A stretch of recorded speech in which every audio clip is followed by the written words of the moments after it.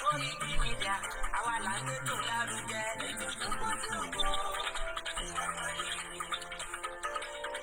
Kásá, ẹgbẹ́ polówó ọjà wà kájé gbogbo ayé jẹ. À ń gbé tó lárugẹ, à ń gbàgbà lárugẹ. News and sports, ẹ máa rí gan. Ọmọ Ìjẹ̀bú alárẹ̀ mi ló ní kí n máa ké tata. KOIKIMEDIA ọ̀rọ̀ lágbàdì mọ̀ mi. Máa bá ṣẹlẹ̀ lọ. Ọmọ Yorùbá nìyẹn, ọmọ Yorùbá àtàtà o. Àgbàdùn rẹ̀, ọmọ Ìjẹ̀bú alárẹ̀ mi. Ṣé ìlọ máa fi dìbò ọ̀tẹ̀ mọ́lẹ̀ o? Ẹ̀yin lọ́mọ ní mo máa ń dé máa dé. Ẹ̀yin lọ́mọ ní mo máa wọ̀ o. Ikú máa wọ̀ sájòjì ò gbọ́dọ̀ wọ. Àjòjì tó bá wọ bẹ̀, àìpẹ̀lẹ̀ ní bọ́ra. Ẹ̀yin lọ máa náwó òyìnbó tó dé. Ìgbà tó yìnbó dé o, owó náà tó pọ̀ sí o. KOIKIMEDIA sáwà ní bàbá. KOIKIMEDIA àwọn ní bàbá. Àdáńtọ́ àtòkèrè gidi.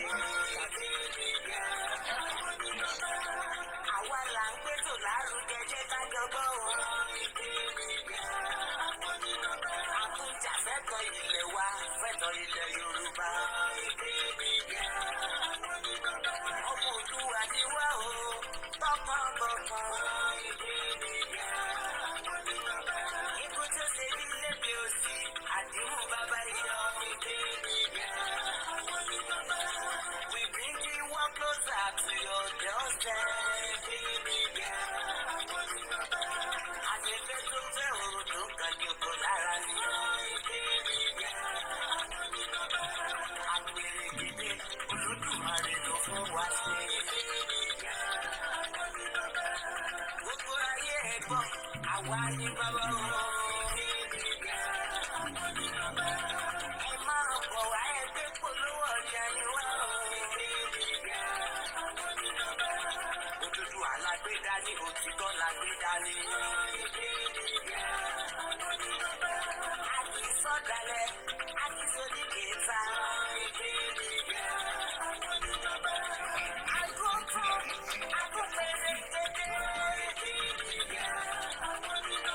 KOIKIMEDIA, we bring you one closer to your doorstep.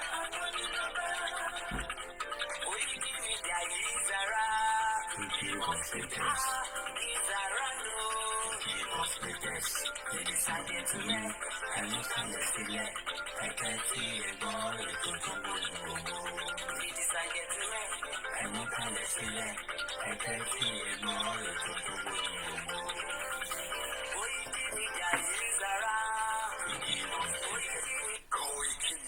Okay, gbogbo, I say good morning and welcome to the live transmission. Mo kí ọmọdé, mo kí àgbàlagbà, mo kí arúgbó, mo kí gbogbo ọmọ Yorùbá káàkiri gbogbo ibi tí Elédùmarè bá ti ní kẹ́ láǹfààní àti darapọ̀ mọ́ wa. A tún kí wa pé ẹ káàbọ̀ sórí ètò tiwa ti Yorùbá Nation Campaign tá a ṣe ń bá lọ.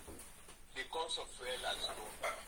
Food and other prices have followed it. Households and businesses struggling. Things seem anxious and uncertain. I understand the hardship you face. I wish there were other ways, but there's not. There is no other way. That is President Bola Tinubu. Ṣóun ló wà in charge àbí ẹlòmíì ti gbàjọba mọ́ lọ́wọ́, and just as usual nígbà tó bá máa fi ṣe tán wá ní àwọn kan bá ti gbàjọba lọ́wọ́ ẹ̀. Mò ń bọ̀ àìtí ìdè. ọmọ Ìbàràpá lápapọ̀ ẹ̀jẹ̀ àdúgbò yọwọ́ àti ọmọ Yorùbá lápapọ̀ tìlẹ̀ kọ́kọ́ ní àpò ẹ̀bá ń kọ́ wọn Adéyẹmọ kí Sunday Adéyẹmọ Ìgbòho orúkọ ńlá tí ń dàmọ̀ láyà bí ara orúkọ tó ń dẹrù kó lórúkọ gan-an ọmọ Yorùbá ẹ má sùn o torí pé kòrà àkọlé fojú pé gbòdò láyé kíkà ìrọ̀lẹ́ dáńpọ̀lá àwúrà tó máa dán alànà kọjá dandan o ọ̀wọ́n ẹ̀rín ní má bẹ̀rẹ̀ wọn náà ẹ̀dá kan lè ṣe wá lọ́nà wọn ẹ̀jẹ̀ àti mọ̀sán kan lè débi rẹ̀ ẹ̀jẹ̀ àjọ gbárùkù ti Sunday Ìgbòho ṣá ọmọ Ìgbòho mọ̀rẹ́ nílùú Alágbàdo Òde ọmọ Àtàgbẹ̀dẹ wọn gómi ọmọ èrè ìwòdò Ìsànyà òrẹ́rùn bàbá yín láàrin ìdí omi kò sì máa ń kán sí yín lẹ́nu ọmọ Òkúta Mẹ́ta Òkè Ìgbòho ìkan ṣe yín ní dábàdàbọ̀ ìkan ní mọ́ rẹra ìkan tó kù nígbà tí wọ́n mọ̀ Ìgbòho mọ̀rẹ́ kí ló dé Ìgbòho mọ̀rẹ́ sí ọmọ òkòkò sáà ìgbàgede Ìgbòho sún wọn láláìsí bẹ̀rẹ̀ wọn ní kó ní bẹ̀rẹ̀ ó máa kó bẹ̀rẹ̀ lọ ẹ̀sìn òní bí wọ́n méjì ní Ìgbòho mọ̀rẹ́ ẹ̀sìn bá bí wọ́n méjì ní Ìgbòho àfikún fowó sí amúkan yòókù bọ̀ sàyà àtúmọ̀yà rẹ̀ tí ò lọ ọmọ ìṣẹ̀rù wálé wàràmùdù ọmọ onílẹ̀ ọ̀la àwọn àjòjì tó ń ṣe ṣègbésẹ́gbé tó láwọn oníbomi kó sí mu wọ́n láwọn oníbomi sàyà wẹ́sẹ̀ ìgbà lójú kò lórí kọ́ gbogbo wọn lọ sáré bomi kó sí mu wọ́n sì bomi sàyà wẹ́sẹ̀ ọmọ abẹ́rẹ́ mẹ́ta òde ayé ọkọ̀ ṣẹ́ ọkọ̀ tẹ̀ ọkọ̀ tó kù ní gbogbo aláyé ọlọ́jọ́ kiri gbogbo ọmọ Yorùbá Sunday Ìgbòho onírèlè láéláé torí àbá lásán nìkan dá òkúta òṣègbè fún wọn o ìmọ̀ràn lásán ní ti balùwẹ̀ kó kọ́ sí kókó dòdò láyé ń bí ó kù díẹ̀ kí tọ́ domi láéláé nìkan ilé domi Sunday Ìgbòho arógun má ti bí tó ń jà fẹ́tọ̀ Yorùbá ní tilé tó gbó.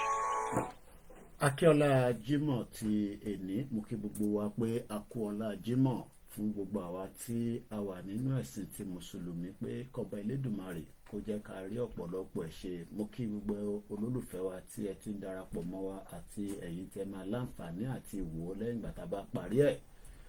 Mo kí wa pé a kú bí gbogbo ẹ̀ ṣe ń lọ nílùú Nàìjíríà gẹ́gẹ́ bí a ti ṣe ń sọ fún wa pé Nàìjíríà kì í ṣe ìlú kan tí a gbọ́dọ̀ fi ọkàn sí níbi tí ilẹ̀ mọ́ láàárọ̀ yìí.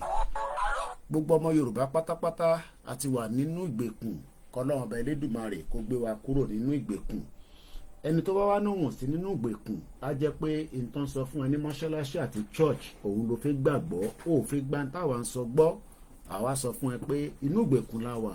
Our land is now a threat. Mo ń bọ̀ mọ́ ìtì ìdè.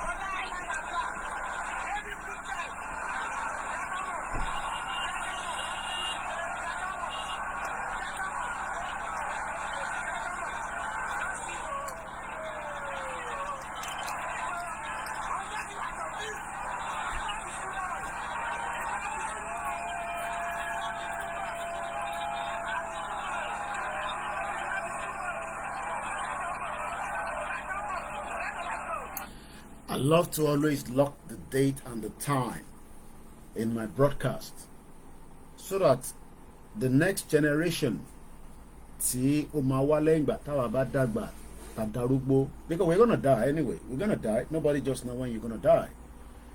Kí Ọlọ́run kó bá mi foríjì uncle mi kan tí mo ṣẹ̀ gbọ́ pé wọ́n náà kú ní Amẹ́ríkà, kọ́lọ́run bá ń dúró ti àwọn mọ̀lẹ́bí náà. I'm not gonna mention the name.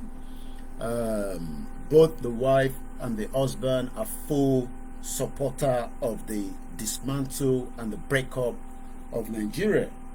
But like we always say, it doesn't matter ibikíbi tí olúkálùkù wa bá wà, at some point death will come, and that is what something that we need to understand nínú life tá à ń gbé. Many of us will die, but we just don't know when. We've just prayed for long life so that we can live, and especially our parents will not witness the death of their loved ones. But Uncle Mitokui, when I got the news about 48 hours ago now, almost precisely 48 hours, it came as a shock, just like many people do not want their loved ones to die. Ìyẹn wá máa béèrè pé àwọn tó ń ṣe dáadáa ó ṣe jẹ́ pé àwọn èèyàn bẹ́ẹ̀ ló máa ń kú. But nobody knows. We cannot blame God for that. A lè pe Ọlọ́run níjà lórí yẹn. A gbọ́dọ̀ gba kámú ni. Like I said, I will not be able to mention the family name, just like so many people are going through the same thing. But I pray pé kí Ọba Elédùmarè kó bá mi foríjì uncle mi yẹn, kó dẹ̀ bá mi foríjì gbogbo àwọn tó ti ṣaláìsí náà. In the last couple of days, ọ̀pọ̀lọpọ̀ ẹ̀mí ti lọ nínú 2023. Ìwọ̀nba tó kù kò ń ṣe gbogbo èèyàn ló ń celebrate crossover. So ẹ má rò pé in táwọn òyìnbó sọ fún wa, because that's part of the lies. We've been told lies for a very long time. The Chinese do not celebrate January 1st as their new year. So tí ọ̀pọ̀lọpọ̀ yín bá ń celebrate new year, Chinese is not celebrating that. But nítorí pé àwa follow in táwọn colonial rulers tó sọ fún wa, we've now believed that every January 1st òun náà ní new year. It doesn't work like that, because that is what you believe. Kò ṣe tí gbogbo èèyàn believe lágbàáyé. It's a global world. So tẹ́ bá ń dúró pé kí òyìnbó wá sort the problem wa out, they are not going to sort the problem out. Àwọn lọ create a problem in the first place. In tọ́mọ̀ ṣe náà ti ṣe yẹn, they've destroyed the whole continent. Wọ́n pè ní Africa. Wọ́n ti bastardize wa, wọ́n ti bà wá jẹ́. Ẹ lọ ohun tó ṣẹlẹ̀ ní Libya, ní Liberia, ẹ sunkún just less than 24 hours, if not 48 hours. When tanker tó ń gbépo tó ṣubú, táwọn tí wọ̀ nílàkàyè pé you don't go near flammable, even tíyàn bá mu sìgá níbẹ̀. It eventually killed many people. It kills many people. We can only pray for their soul. But this is what àwọn òyìnbó, and this is what àwọn puppet wọn, Tinubu, àwọn puppet ló ń ṣiṣẹ́ fún. He's not in control of Nigeria, and he has never been in control. Ẹ kàn ń pè ní Jagabani. He doesn't have any iota of respect for human rights or even the lives of many of you. Many tí wọ́n dúró pé Tinubu ló máa wá sort ayé yín out. Ẹ jẹ́ mo yóò yà ká tó débi tá à ń lọ. Mo ń padà bọ̀. Orílẹ̀-èdè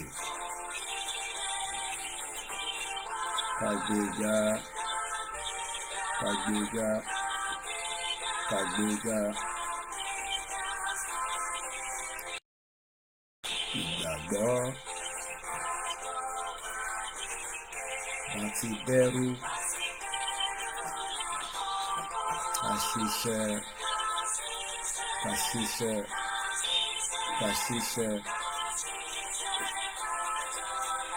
ìṣọ̀kan ìkẹjẹ tẹ̀síwájú ọgbọ̀nyẹrẹ àpòyìn àwọn ọmọdé wà lọ sí ipò. Ìwọ ni ìmọ́lẹ̀ ògo adúláwọ̀. Àwa ni ìmọ́lẹ̀ ògo adúláwọ̀. mo kí wa lẹ́ẹ̀kan sí pé a tún káàbọ̀ sórí ètò. ọmọ Ìbàràpá lápapọ̀ ẹ̀jẹ̀ adúpẹ́ lọ́wọ́ àti ọmọ Yorùbá lápapọ̀ tìlẹ̀ tó kọ́ ní àpọ̀ ẹ̀bá ọmọ Adéyẹmọ ti Sunday Adéyẹmọ Ìgbòho orúkọ ńlá tí ń jàmọ̀ láyà bí ara orúkọ tó ń dẹrù kó lórúkọ gan-an ọmọ Yorùbá ẹ má sùn o torí pé kòrà àkọlé ìfojúkẹ́ gbòdò láyé tí káyọ̀ lẹ̀ dá pọ̀lá wúrà tó máa dán àlànà kọjá dandan o ọ̀wọ́n ẹ̀rín ní má bẹ̀rẹ̀ wọ̀nà ẹ̀dá kan lè ṣe wá lọ́nà mọ́ ẹ̀jẹ̀ àti mọ̀ṣọ́ kan ká lè débi rẹ̀ ẹ̀jẹ̀ àjọ gbárùkù ti Sunday Ìgbòho ṣá ọmọ Ìgbòho mọ̀rẹ́ nílùú Alágbàdo Òde ọmọ Atapẹ̀tẹ̀ wọnú omi ọmọ lèlè ìwòdò sànyà ìsànyà òrẹ́ràn bàbá ilá ìbí omi kò sí náà ń kán sí yín lẹ́nu ọmọ òkúta mẹ́ta òde Ìgbòho ìkan ṣe yín ní dábọ̀dàbọ̀ ìkan ní mọ́ rárá ìkan tó kù nígbà tí wọ́n mọ̀ Ìgbòho mọ̀rẹ́ kí lóde Ìgbòho mọ̀rẹ́ sí ọmọ òpópó sánrán ìgbàgede Ìgbòho sùn wọn láláìsí bẹ̀rẹ̀ wọn ní kó ní bẹ̀rẹ̀ ó máa kó bẹ̀rẹ̀ lọ ẹ̀sìn òní bímọ méjì ní Ìgbòho mọ̀rẹ́ ẹ̀sìn bá bímọ méjì ní Ìgbòho áfíkọ̀ pọ̀pọ̀ sí amúkan yòókù bọ̀ sọ̀yà àtúmújà rẹ̀ tí ò lọ́rọ̀ ọgbọ́n àfiṣẹ́rù wálé wàrà mùdí ọmọ onílé ọ̀la àwọn àjòjì tó ń ṣe ṣègeṣège tán láwọn oníbomi kò sí mu wọn láwọn oníbomi sọ̀yàwó ẹsẹ̀ ìgbà lójú kò fi rí kọ́ gbogbo wọn la sáré bomi kò sí mu wọ́n sì bomi sọ̀yàwó ẹsẹ̀ ọmọ abẹ́rẹ́ mẹ́ta òde ayé ọ̀kan ṣẹ́ ọ̀kan pẹ̀ ọ̀kan tó kù ní gbogbo ayé lọ́jọ́ kiri gbogbo ọmọ Yorùbá Sunday Ìgbòho onírèlẹ̀ láéláé torí àbálá Sunday kan dá òkúta òṣègbè fún wọn o ìmọ̀ràn lásán ní ti balùwẹ̀ kò bọ́ sí kókó dòdò láyé ń bí ó kú díẹ̀ kí tọ́ domi láéláé ìtọ́ ilé domi Sunday Ìgbòho alókùnmáàtì tó ń jà fẹ́tọ̀ Yorùbá ní tilẹ̀ tó kó. lọ́lẹ́ẹ̀kan sí mi bọ̀ mi kéde. ọmọ Ìbàràpá lápapọ̀ ẹ̀jẹ̀ adúpẹ́ lọ́wọ́ àti ọmọ. tó bá fẹ́ gbọ́ lè fẹ́ lọ́pẹ́ padà wá ń bọ̀. Sunday Adéyẹmọ Ìgbòho orúkọ ńlá tí ń jàmọ̀ láyà bí ara orúkọ tó ń dẹrù kó lórúkọ gan-an ọmọ Yorùbá ẹ má sùn o torí pé kòrà àkọlé ìfojúkẹ́ gbòdò láyé tí káyọ̀ lẹ̀ dá pọ̀lá wúrà tó máa dán àlànà kọjá dandan o ọ̀wọ́n ẹ̀rín ní má bẹ̀rẹ̀ wọ̀nà ẹ̀dá kan lè ṣe wá lọ́nà mọ́ ẹ̀jẹ̀ àti mọ̀ṣọ́ kan ká lè débi rẹ̀ ẹ̀jẹ̀ àjọ gbárùkù ti Sunday Ìgbòho ṣá ọmọ Ìgbòho mọ̀rẹ́ nílùú Alágbàdo Òde ọmọ Atapẹ̀tẹ̀ wọnú omi ọmọ lèlè ìwòdò sànyà ìsànyà òrẹ́ràn bàbá ilá ìbí omi kò sí náà ń ká sí yín lẹ́nu ọmọ òkúta mẹ́ta òde Ìgbòho ìkan ṣe yín ní dábọ̀dàbọ̀ ìkan ní mọ́ rárá ìkan tó kù nígbà tí wọ́n mọ̀ Ìgbòho mọ̀rẹ́ kí lóde Ìgbòho mọ̀rẹ́ sí ọmọ òpópó sánrán ìgbàgede Ìgbòho sùn wọn láláìsí bẹ̀rẹ̀ wọn ní kó ní bẹ̀rẹ̀ ó máa kó bẹ̀rẹ̀ lọ ẹ̀sìn òní bímọ méjì ní Ìgbòho mọ̀rẹ́ ẹ̀sìn bá bímọ méjì ní Ìgbòho áfíkọ̀ pọ̀pọ̀ sí amúkan yòókù bọ̀ sọ̀yà àtúmújà rẹ̀ tí ò lọ́rọ̀ ọgbọ́n àfiṣẹ́rù wálé wàrà mùdí ọmọ onílé ọ̀la àwọn àjòjì tó ń ṣe ṣègeṣège tán láwọn oníbomi kò sí mu wọ́n láwọn oníbomi sọ̀yàwó ẹsẹ̀ ìgbà lójú kò fi rí kọ́ gbogbo wọn la sáré bomi kò sí mu wọ́n sì bomi sọ̀yàwó ẹsẹ̀ ọmọ abẹ́rẹ́ mẹ́ta òde ayé ọ̀kan ṣẹ́ ọ̀kan pẹ̀ ọ̀kan tó kù ní gbogbo ayé lọ́jọ́ kiri gbogbo ọmọ Yorùbá Sunday Ìgbòho onírèlẹ̀ láéláé torí àbálá Sunday kan dá òkúta òṣègbè fún wọn o ìmọ̀ràn lásán ní ti balùwẹ̀ kò bọ́ sí kókó dòdò láyé ń gbé ó kú díẹ̀ kí tọ́ domi láéláé ìtọ́ ilé domi Sunday Ìgbòho alókùnmáàtì tó ń jà fẹ́tọ̀ Yorùbá ní tilẹ̀ tó kó. tí wọ́n Danjuma bá ń sọ̀rọ̀ sí wọn lórí àwọn tó fi gbọ́ mò ń bọ̀. This stage is under assault. There's an attempt at ethnic cleansing in this state and of course in all the riverine state of Nigeria. We must resist it. We must stop it. Every one of us must rise up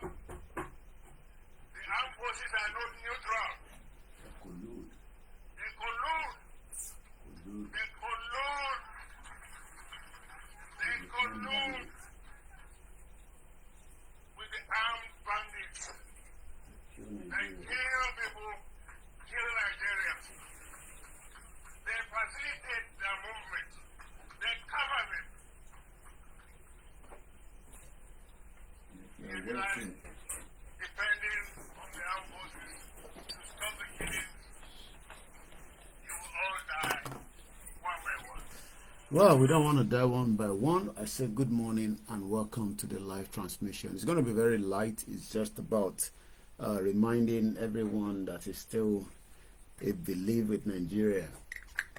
And then we go Moki Omodoabi Apparel. I'm London, Mr. Koiki. We love you, and we are grateful to have one of you like this to be able to continue the great work of the enlightenment and the conversation on the Yoruba nation struggle. So they've decided that the only thing táwọn lè fi máa pay mi ni pé káwọn make sure pé gbogbo outfit tí bá ń wọ̀ bí irú eléyìí tá wọ̀ ẹ rí pé ifá lọ́kọ sí lára. Mo mọ̀ bí ó ń ṣò lórí òkè ó ń ṣò ifá, ẹ rí pé ifá òun lọ́kọ sí lára.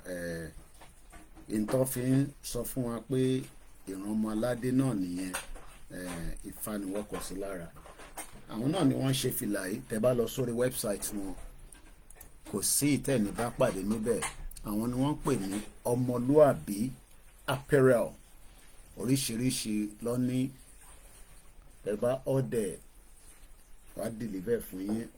Kò sí ibi tẹ́ wà lágbàáyé tẹ́ bá ti order wá deliver. Ìwọ tó bá sì fẹ́ flag ẹ kàn sí wa. Ó rà ń pa ṣe níbi mélòó kan tí a sì lè tà fún yín. Ẹ̀yin tẹ́ bá dẹ̀ sì fẹ́ sọ pé Kóìkì a fẹ́ mọ̀ nípa rédíò tí wọ́n ní wọ́n ń tà. Bẹ́ẹ̀ ni à ń tà ní oríṣiríṣi nǹkan làwọn èèyàn sọ yín ọkàn mi problem tí yín nìyẹn. Tẹ́ bá fẹ́ ra rédíò ẹ kàn sí wa, àsọ̀bí tẹ́ ti máa rà á. Mọ́mí wa kan náà ti rà, dádì wa ti rà, ọmọdé ń rà, àgbàlagbà ń rà. Kò ń ṣọ̀fẹ́. Ẹ̀yin tẹ́ báyìí tí lówó ẹ máa lọ gbọ́ broadcast wa lórí social media. Eye kan láǹtà kí ló fẹ́ fowó ṣe? Ẹ bèrè lọ́wọ́ àwọn olè politicians yín kí ló ń fowó ṣe. Torí àwọ̀ kì í ṣe olè. Ìtawà ń sọ ni pé you will need a lot of money for a movement. Movement ò ń ṣe kò cheap. Àìsàn ni mo fẹ́ ṣe nísìn. So tẹ́ bá rò pé ó cheap, no. Àwa dẹ̀ la máa fund ẹ̀. Kò sẹ́ni kankan tó máa fund ẹ̀ fún yín. Tẹ́ bá ń dúró de Jagaban pé kó gbowó fún yín, kò ní gbowó fún yín. Àwọn tó fi gbowó gan lọ́wọ́ Tinubu gan pọ̀ báyìí. Ẹ̀rí tó lọ jókòó sí body loan. Àwọn ọmọ Yorùbá tẹ́bi ń pa tí àti ìyá ti mú táyé wọn. Kọ́lọ́n kó ṣàánú yín. Ẹ̀hún lẹ lọ ń jókòó sí body loan. Ẹ̀ wá kí Tinubu fún yín lówó. Àbọ̀rọ̀ mi ò yé yín. So ẹni tó bá fi ra rédíò 35,000 naira ni. Kí ló dé tó ṣe wọ́n? Ẹ bèrè lọ́wọ́ economy Nàìjíríà tó ti crash. Owó lánàá nísìn 1,500 naira ní sí £1. Mo mélòó ní dọ́là?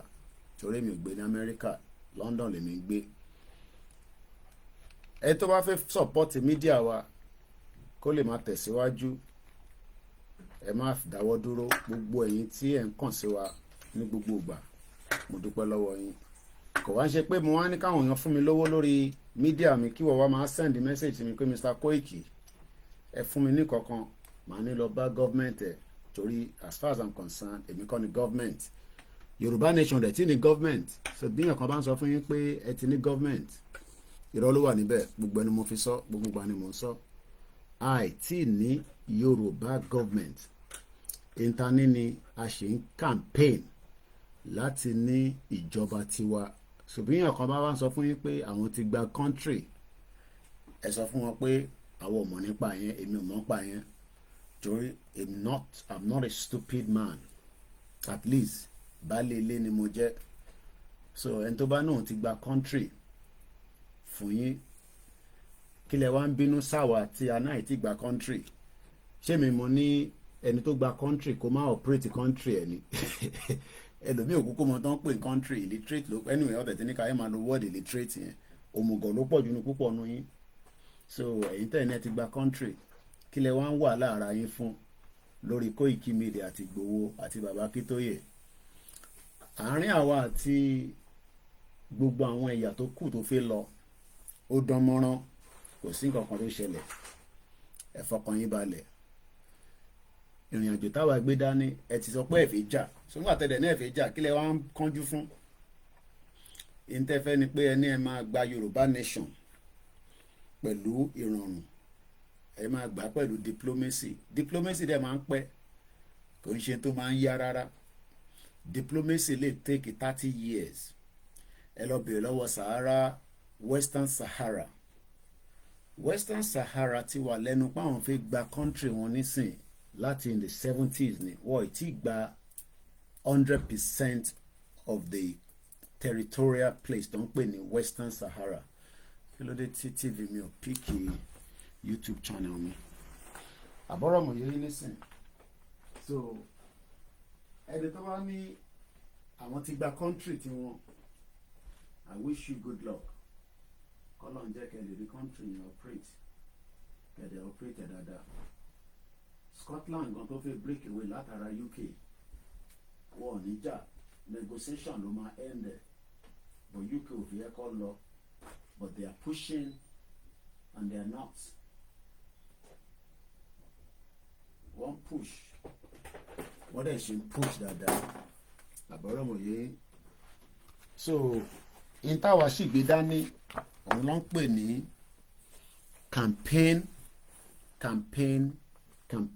campaign trail láwà lórí ẹ̀ mo missing kankan so but my manage into money or I think I can put that there ìfẹ́ kí kankan disturb ara wọn lálẹ́ so kò jókòó bẹ́ẹ̀ kò lè tún sẹ́yìn ẹ̀yin tẹ́wà lórí Ọláyọmí Koiki Instagram yẹn kò ní battery yẹn máa run after maybe 1 hour ẹni tó bá ti mọ gbogbo platforms wa á jẹ́ pé ẹ follow wa back to back so ibi tẹ́ bá ti rí mi tẹ́ bá rí wa níbẹ̀ ẹ lọ sọ́nà that channel we are streaming on so many platforms we are trying our best ṣe mọ̀ gbọ́wọ́ lórí kìíní ni we are trying our best to make sure that our broadcast goes and touch many platforms. The little resources ta ní àwọn la fi ń compete pẹ̀lú àgbáyé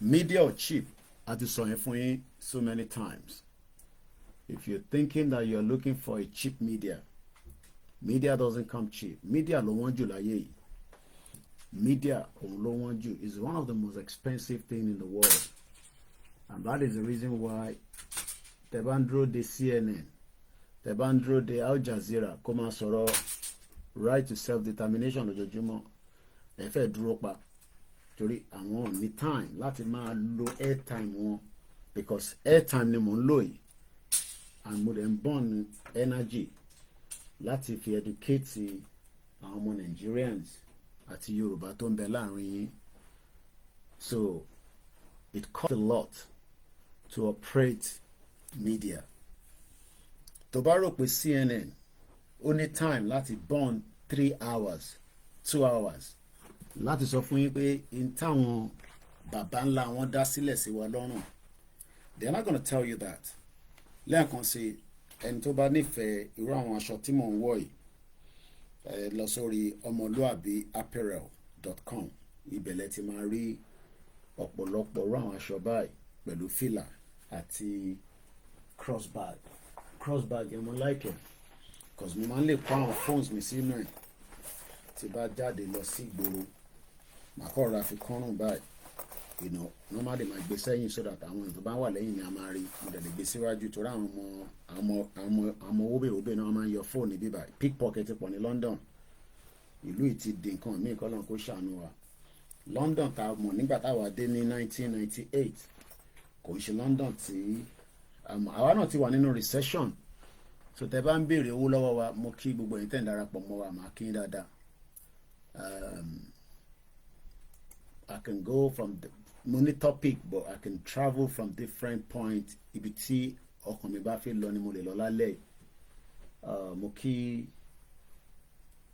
family mi ọkọ àdúrótì mo dẹ̀ kí ìyá tó bí mi lọ́mọ bẹ́ẹ̀ mo wá kí gbogbo ẹ̀yin ìyá kọ̀ọ̀kan tí a jọ ń ṣètò tí a jọ ń ṣe program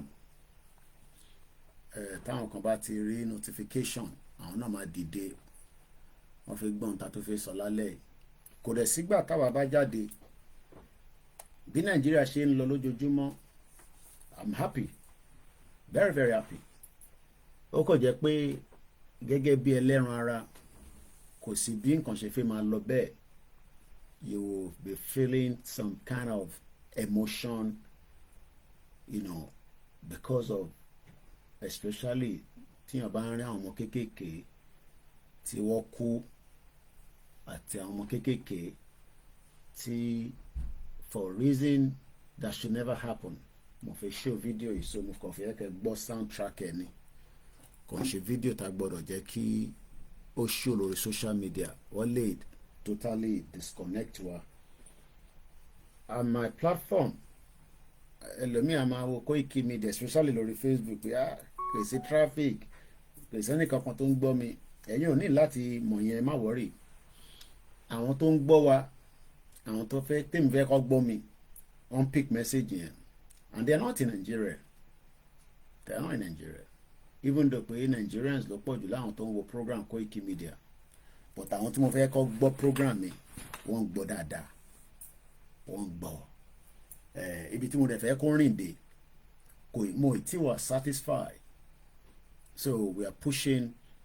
Àmọ̀dúpẹ́ lọ́wọ́ gbogbo àwọn tíìmù wa tó ń bẹ ní Nàìjíríà. Ẹ má rò pé bóyá mo ṣe bẹ̀rẹ̀ iṣẹ́ ni, no. Mo ń ṣe archive àwọn videos mo ti ṣe kó tó di pé mo bẹ̀rẹ̀ Yorùbá Nation. Ní mọ̀bí tó wà nítorí pé channel tí mo fi operate nígbà yẹn mo ní dárúkọ channel yẹn because èmi mo kàn bá wọn manage, but mo ti ń kọ́ àwọn videos yẹn together, so tí gbogbo videos yẹn bá ti ready màá sọ bí tẹ́tí máa lọ wò so that kẹ́lẹ́ lọ playback pé bọ̀bọ̀ tó wá ń pariwo Yorùbá Nation yìí ǹjẹ́ ó tẹ̀ gbìyànjú ní pé kí Nàìjíríà kó tẹ̀síwájú, ǹjẹ́ ó sọ̀rọ̀ nípa Nàìjíríà rí, because fáwọn kan they see me as ẹni tí kò níṣẹ́ lọ́wọ́ àbẹ ẹni tí ìfẹ́ àti Nàìjíríà is not there. It's not like that, you know. We were born in that geographical part, but even though what I know today, most of our parents did not know that. Some of them know that Òyìnbó ló kó wa lẹ́rú, Òyìnbó ló ṣe this, but it is only now that we are able to explain things in details, because it takes a lot of work to get to where we are today in 3 years. So thank you Kabawani. Ó yẹ kí Yorùbá Nation yẹn ti dúró. Do you know how long it took the British colonial rulers? I think that is what I should be calling them. The British, and that is subject to John Campbell, the former US ambassador also. He also used the word the British colonial rulers. Ọ̀pọ̀lọpọ̀ àwọn ìyá wa tó bí wa, àwọn bàbá tó bí wa, wọ́n kọ́ mọ̀ pé òyìnbó ni ó kó wa lẹ́rú. Wọ́n dẹ̀ lè mọ̀ nípa pé òyìnbó ó lo territory wa fúngbà díẹ̀ kó tó di pé wọ́n jà fún independent. Yes, we are victims of history. Thank you so much, Simple Rahim. I love that word, and I think I should pin that. Ó dà pé you're not lè pin lórí or Instagram. Yeah, I love that word you said. We are victims of history. So, ẹ má ká blame àwọn èèyàn púpọ̀ nílé. As much as, you know, sometimes I'm booing, even though I get feedback all the time and say Koiki kò necessary, but then more nígbà tẹ́yìn náà tá a bá ń ṣe program tẹ́ bá wá tẹ́ ń kọ́mẹ́ǹtì jágbàjàgbà ṣé wọn kí n bá lóye tó bá yẹ pé òun náà bá ń rí kọ́mẹ́ǹtì yín òun náà máa fẹ́ kó ń ṣe gbogbo everybody ni mo á ti wo pé àṣé kò ń ṣàwà nìkan náà la máa ń react, because nígbà tá a wà ń sọ̀rọ̀ tẹ́lómi kọ́ máa any right, as in the military social media, tó bá yẹ pé no military social media la wà ní I control gbogbo yín ẹ̀ nílé comment. I can turn up my comment section. Ẹ kọ́ máa gbọ́ mi ní. If you like, you sit down. If you like, you don't sit down. You will walk away. Sky News, bó ṣe lágbára tó ní empire tó pọ̀, they always discontinue. No, not discontinue. They always turn off their comment section. I don't know why, but it's because wọ́n mọ̀ pé comment section yẹn ibẹ̀ lè ti máa react.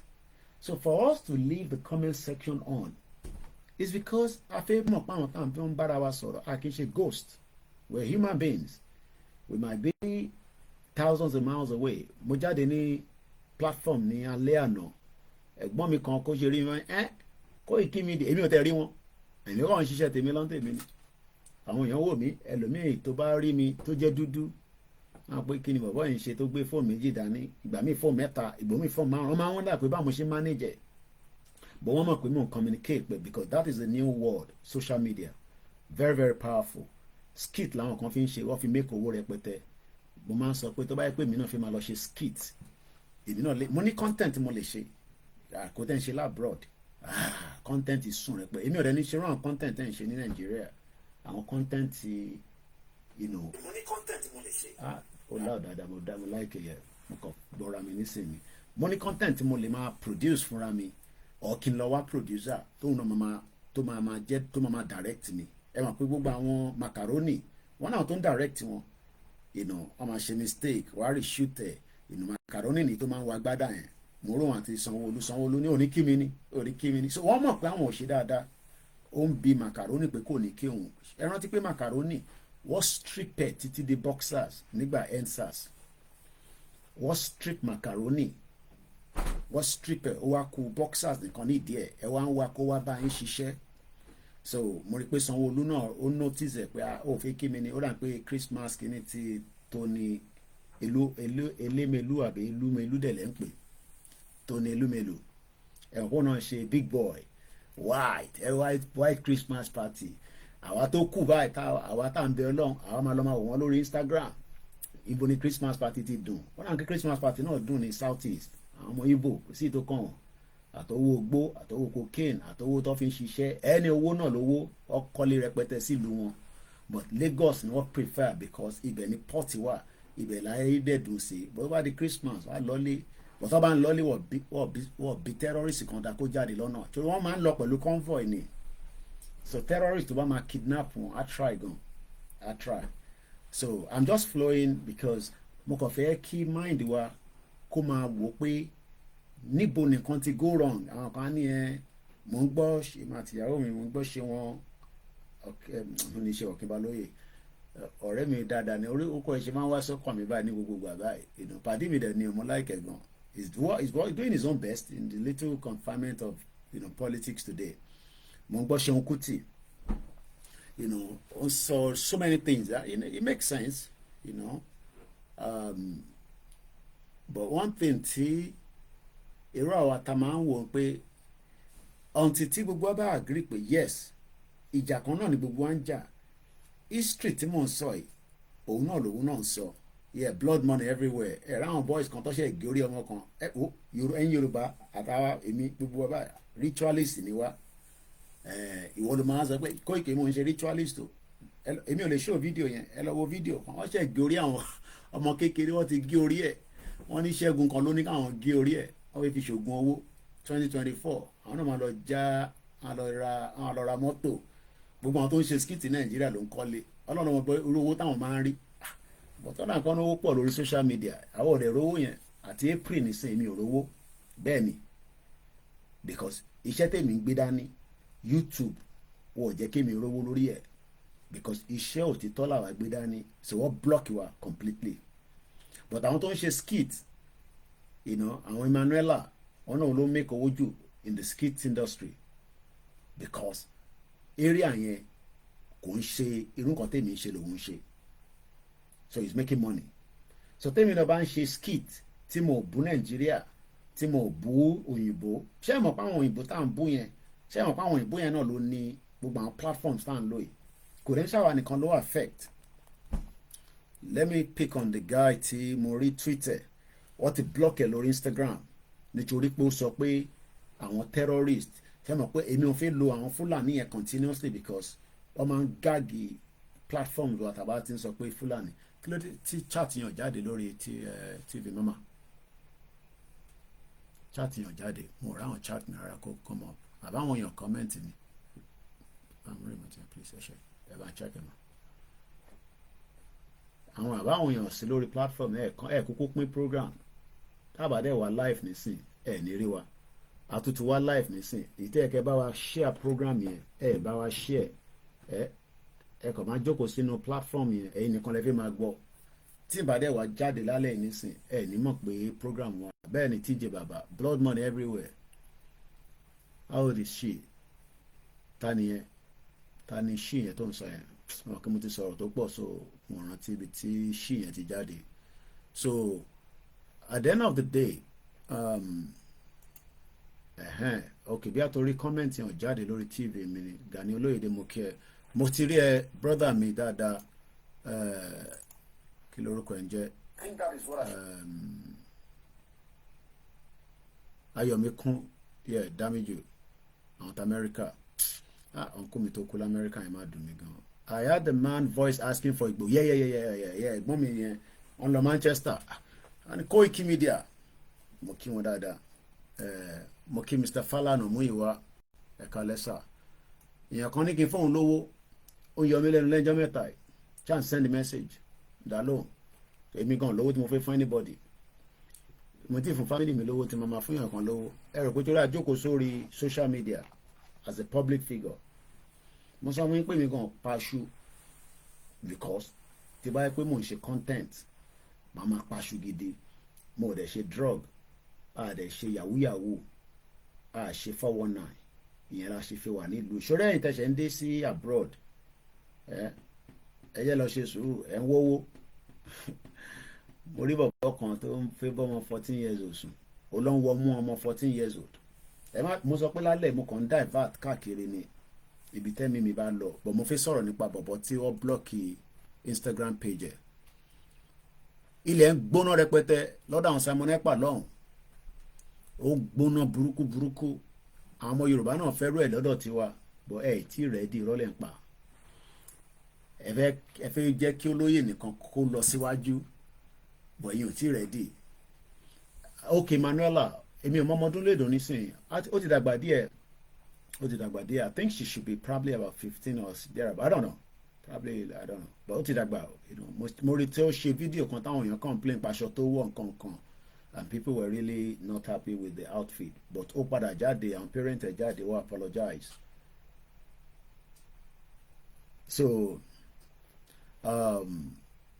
mo fẹ́ lọ mú orúkọ bọ̀bọ̀ yẹn jáde ó ní they are killing Christians in Nigeria and it's true they are killing a lot of Christians in Nigeria mo kí Prince Ademola Heritage ẹ̀ka rosa Ayọ̀míkún Dámíjù my brother ẹ bá wa share gbogbo program yẹn kẹ̀dẹ̀ like kẹ jẹ́ kí agromi yẹn àwọn ẹ̀ máa rò pé bí àtàwọn ní ká share ẹ̀ máa rò pé bí ẹ̀ máa fún wa lówó àbí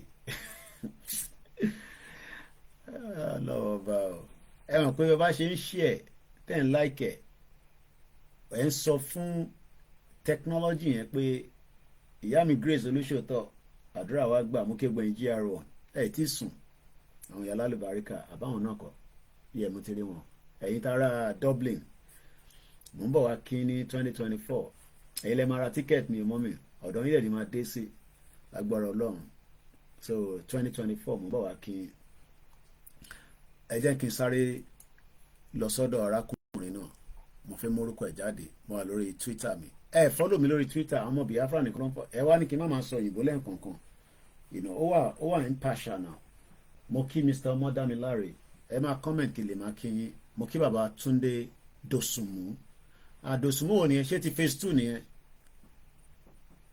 ṣé ti phase 2 tàjọ wà ní Adéníjà Délé mo ní àwọn Dòsùnmú kan tó yẹ pé àjọ face ara wa báyìí ní ọ̀dọ̀ grandma mi àwọn méjì wà ní London tí mo wà aware of ó ti pẹ́ tí mo ti rí wọn ó dẹ̀ ti pẹ́ tá ti gbúrò ara wa ṣé tàwọn ti phase 2 ni àbí Dòsùnmú kan náà orúkọ bọ̀bọ̀ náà ń jẹ́ Sanchi Josh ló ń jẹ́ lórí Twitter but kò ń ṣe Twitter mọ́ X ni ó ń jẹ́ nísìnyí torí Elon Musk ti rà but tá a bá ní X ẹlòmíràn tún máa ní Koiki owó tún ní X for X-ray ìyẹn la ṣe ń pè ní Twitter kò jẹ́ ká máa lo Twitter mọ́ but a ṣe láti máa pè ní Twitter kó lè bá yé ọ̀pọ̀lọpọ̀ èèyàn ẹ̀gbọ́n kan tó kọ sórí Twitter account 15 hours ago hope at metal META tẹ́ bá ń gbọ́ Meta. Facebook náà ti change orúkọ wọn, Meta ló ń jẹ́ nísìn. So tá bá ní Facebook torí pé yẹn ni ó easy láti understand, but the right pronunciation now is Meta. Ó ti change orúkọ organization yẹn. Ó ní hope Facebook reinstate my Instagram account. Kí ló dé tó ṣe disable Instagram account ẹ̀? Ẹni tó bá ń sọ òtítọ́ ẹ̀ ń bá word power jà ní.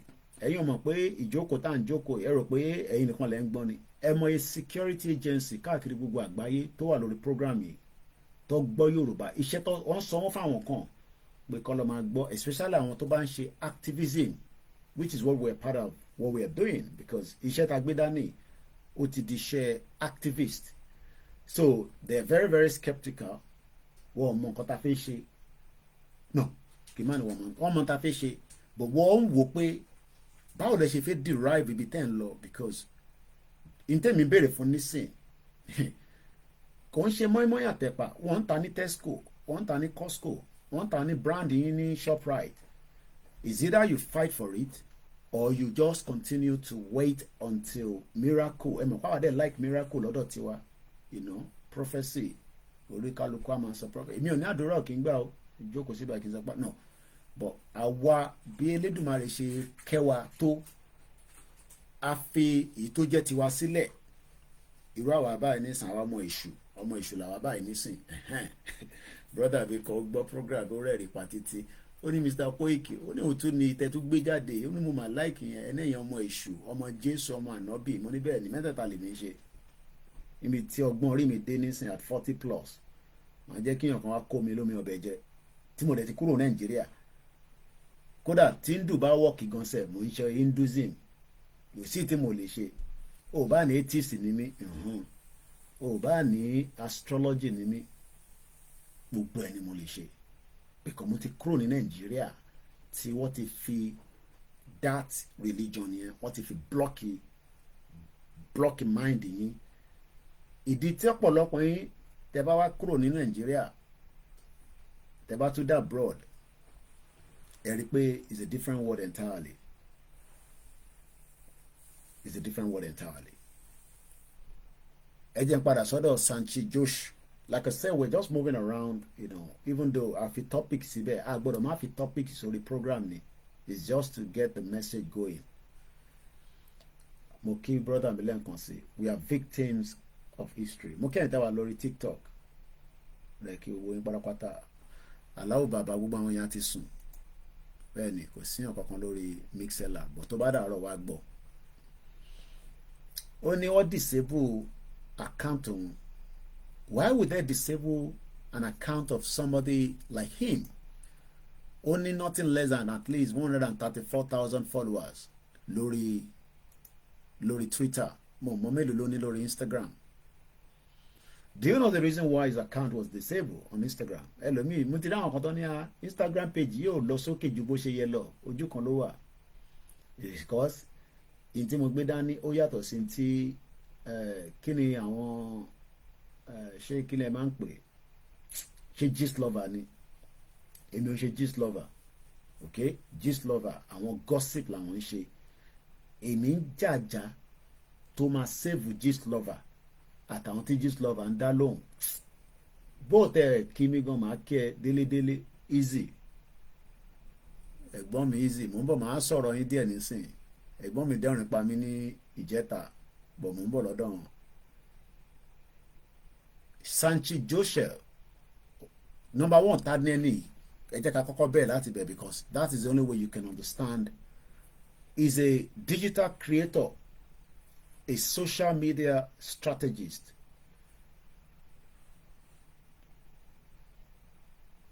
Kò mí nẹni tẹ̀ ṣe ọmọ Yorùbá kan ni Máyégún ni ọmọ Yorùbá ni mo wo program yẹn. Máyégún is ọmọ Yorùbá náà tó bá lo Yorùbá náà tẹ̀ ṣé kó má lò ní ṣé kó má lo tàwọn Biafra nìkan ni. I was on his program. I watched the last couple of few minutes. You know, I was very busy. I've been very busy anyway. He's also a political junkie. Mo like ọ̀rọ̀ yẹn, political junkie. He's also a Catholic journalist. Ibẹ̀ gangan ni kẹ́ dìmú. that means pé ẹni tó jẹ́ Catholic journalist ó gbọ́dọ̀ máa report gbogbo bí tó bá ti ń pa Christian. Oh yeah, you know, he's doing his best. Olùkàlùkù, we are all trying our best, but àwọn ọmọ Yorùbá ní àwọn ìtì gbàgbọ́ pé Nàìjíríà ó gbọ́dọ̀ pín because inú ìyàlẹ̀ wà. Àlàyé tèmi ń ṣe ní ìbàyìí náà ni gbogbo àwọn medias tó kù náà ń ṣe. Bólúkàlùkù wa ṣe ń play bá ṣe ń gbé ló yàtọ̀, but point kan náà la ṣe máa arrive sí. Mo ń sọ àwọn dágbóró àwọn wèrè tọ́nà àwọn ti gba country, àwọn ẹ̀kọ́ là ń sọ àsọ̀rọ̀ àwọn yẹn. Àwa ta ní làákàyè, àwa ta ní foresight, because in tó bá ti mú yín tẹ́ bá ti sọ pé ti gba country tẹ́lẹ̀ defend country yẹn ẹ̀ ń tanra yín. Kí ni mo sọ? Táwa gan bá declare Yorùbá nation, táwa bá ti defend ẹ̀ ká forget ẹ̀. So nígbà táwa bá dẹ̀ ti lè defend ẹ̀ kí la fẹ́ lọ declare fún? Wọ́n ní ẹ̀ ti declare Yorùbá nation ọ̀dẹ̀. Railway industry gan sẹ̀ wọ́n sọ fún mi pé tí train mi bá run late for 15 minutes kí n lọ claim owó padà. So ṣe rò pé country dàbí ẹ̀pà àti gúgúrú ni? Kò ń ṣẹ̀pà náà. Àwọn àbí mi á bẹ̀ láìkì kì í ṣó ẹni lórí ẹ̀pà lélẹ̀ nísìn. Ẹ wá sọ country ẹ wá sọ di ẹ̀pà lórí ẹ̀pà lélẹ̀ lórí jẹ́ ń fọ́. Ìyẹn ló ṣe máa ń ní tó bá ń gúnyán nínú kí ni ẹ bá ń powó yẹn ẹ̀yin àgbàlagbà tẹ́ wà lórí ètò mo kí o gbọ́ ẹ̀yin àgbàlagbà wa. Wọ́n tó bá ń gúnyán nínú kinní kan ẹni máa yó ẹni òní yó òun lọ̀rọ̀ tó wà ńlẹ̀. Gbogbo ọ̀rọ̀ táà ń sọ lójoojúmọ́ ẹni máa yó nu yín máa yó nú ẹ̀.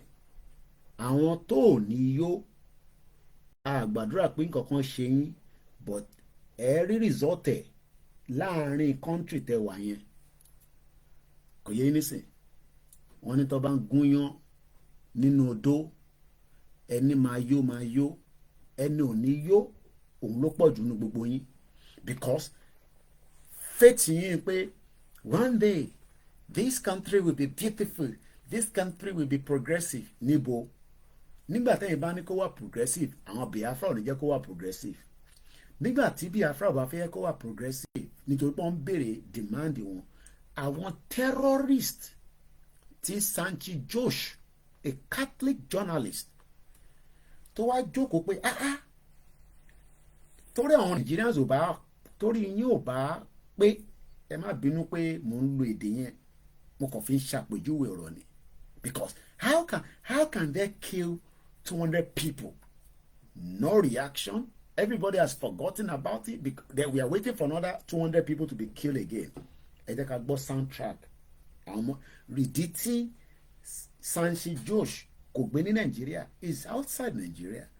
6,000 mo mọ how many thousand kilometers mo mọ ọdún tó ń wà. Ẹ jẹ́ ká kọ̀tẹ̀ tú ká lọ wo background kí n lọ wo age. So mo fẹ́ lọ sórí okay ó wà lórí Sanchi Josh okay òun náà lélẹ̀ okay alright kó coffee circulate there no problem. Mo fẹ́ wo kí ni age because òun ò sí Nàìjíríà ó dẹ̀ ń jà on behalf of many Nigerians. Do you know that ọmọ 1984 ni?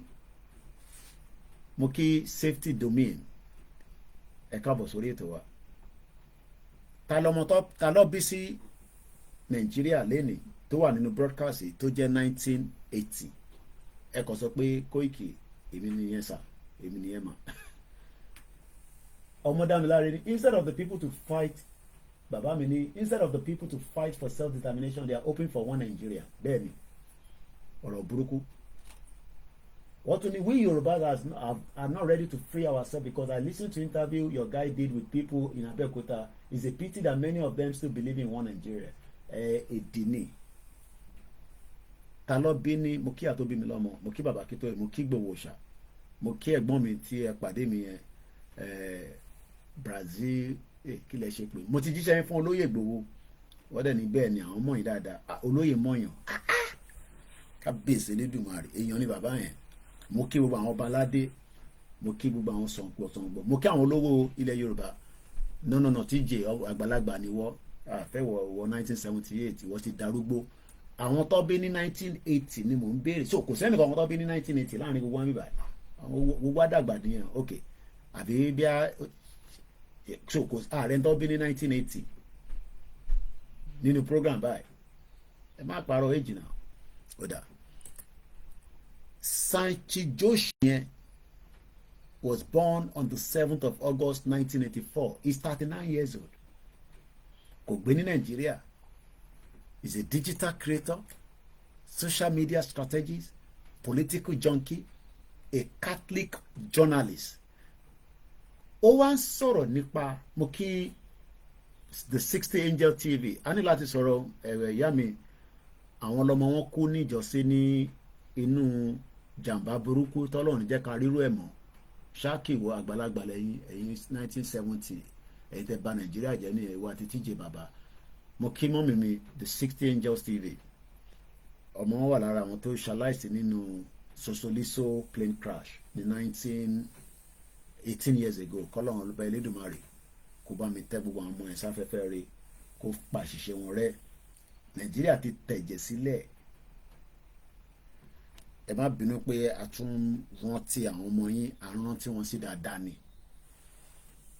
torí èèyàn gbọ́dọ̀ sọ̀rọ̀ ọ̀rọ̀ bẹ́ẹ̀ kí ẹni tí ó jẹ́ òbí àbáwọn mọ̀lẹ́bí àbáwọn ọ̀rẹ́ kọ́ gbọ́rọ̀ pé Koiki ó tún mú mi padà sẹ́yìn báyìí pé ọba má dárúkọ yẹn they are living in a good life now whatever your fate is okay èèyàn kan náà ọmọ 1982 lòun a gbọ́dọ̀ láwọn tó jẹ́ ọmọ 1980 nínú ilé náà mo kí ìyá mi Ògínnífíkí ẹ káàbọ̀ mà mo kí àwọn tó wà lórí night staff àwọn night shift àwọn NHS staff àwọn tó ń ṣiṣẹ́ lọ́spítù 14 hours ìyá mi Fọláṣadé Òjó mo kúkú ti rí Christmas gift yín ẹ̀yin òun tẹ́ bẹ́ ṣe ń fún gbòó náà lẹ́ fún Koiki kò dẹ́ ṣe mí náà bẹ́ ṣe ń ha káàkiri wàhálà tí gbogbo yín ṣe tẹ́ ń fún wa lówó tẹ́ ń ṣe gbogbo ẹ̀ adúpẹ́ fún yín kò dẹ̀ ní tán bẹ́ẹ̀ Ọlọ́run ẹ bá bá ń kí girama nínú ilé mọ̀ kí girama yẹ kọ́ ti sùn nísìn àbí tó bá yẹ pé wọ́n kọ̀ fi gbọ́ program mi Ọlọ́run bẹ̀ Elédùmarè bí ṣe sọ lálẹ́ mo kàn try láti remind àwọn ọmọ Nigerians I'm a proud Nigeria èmi náà proud nígbà kan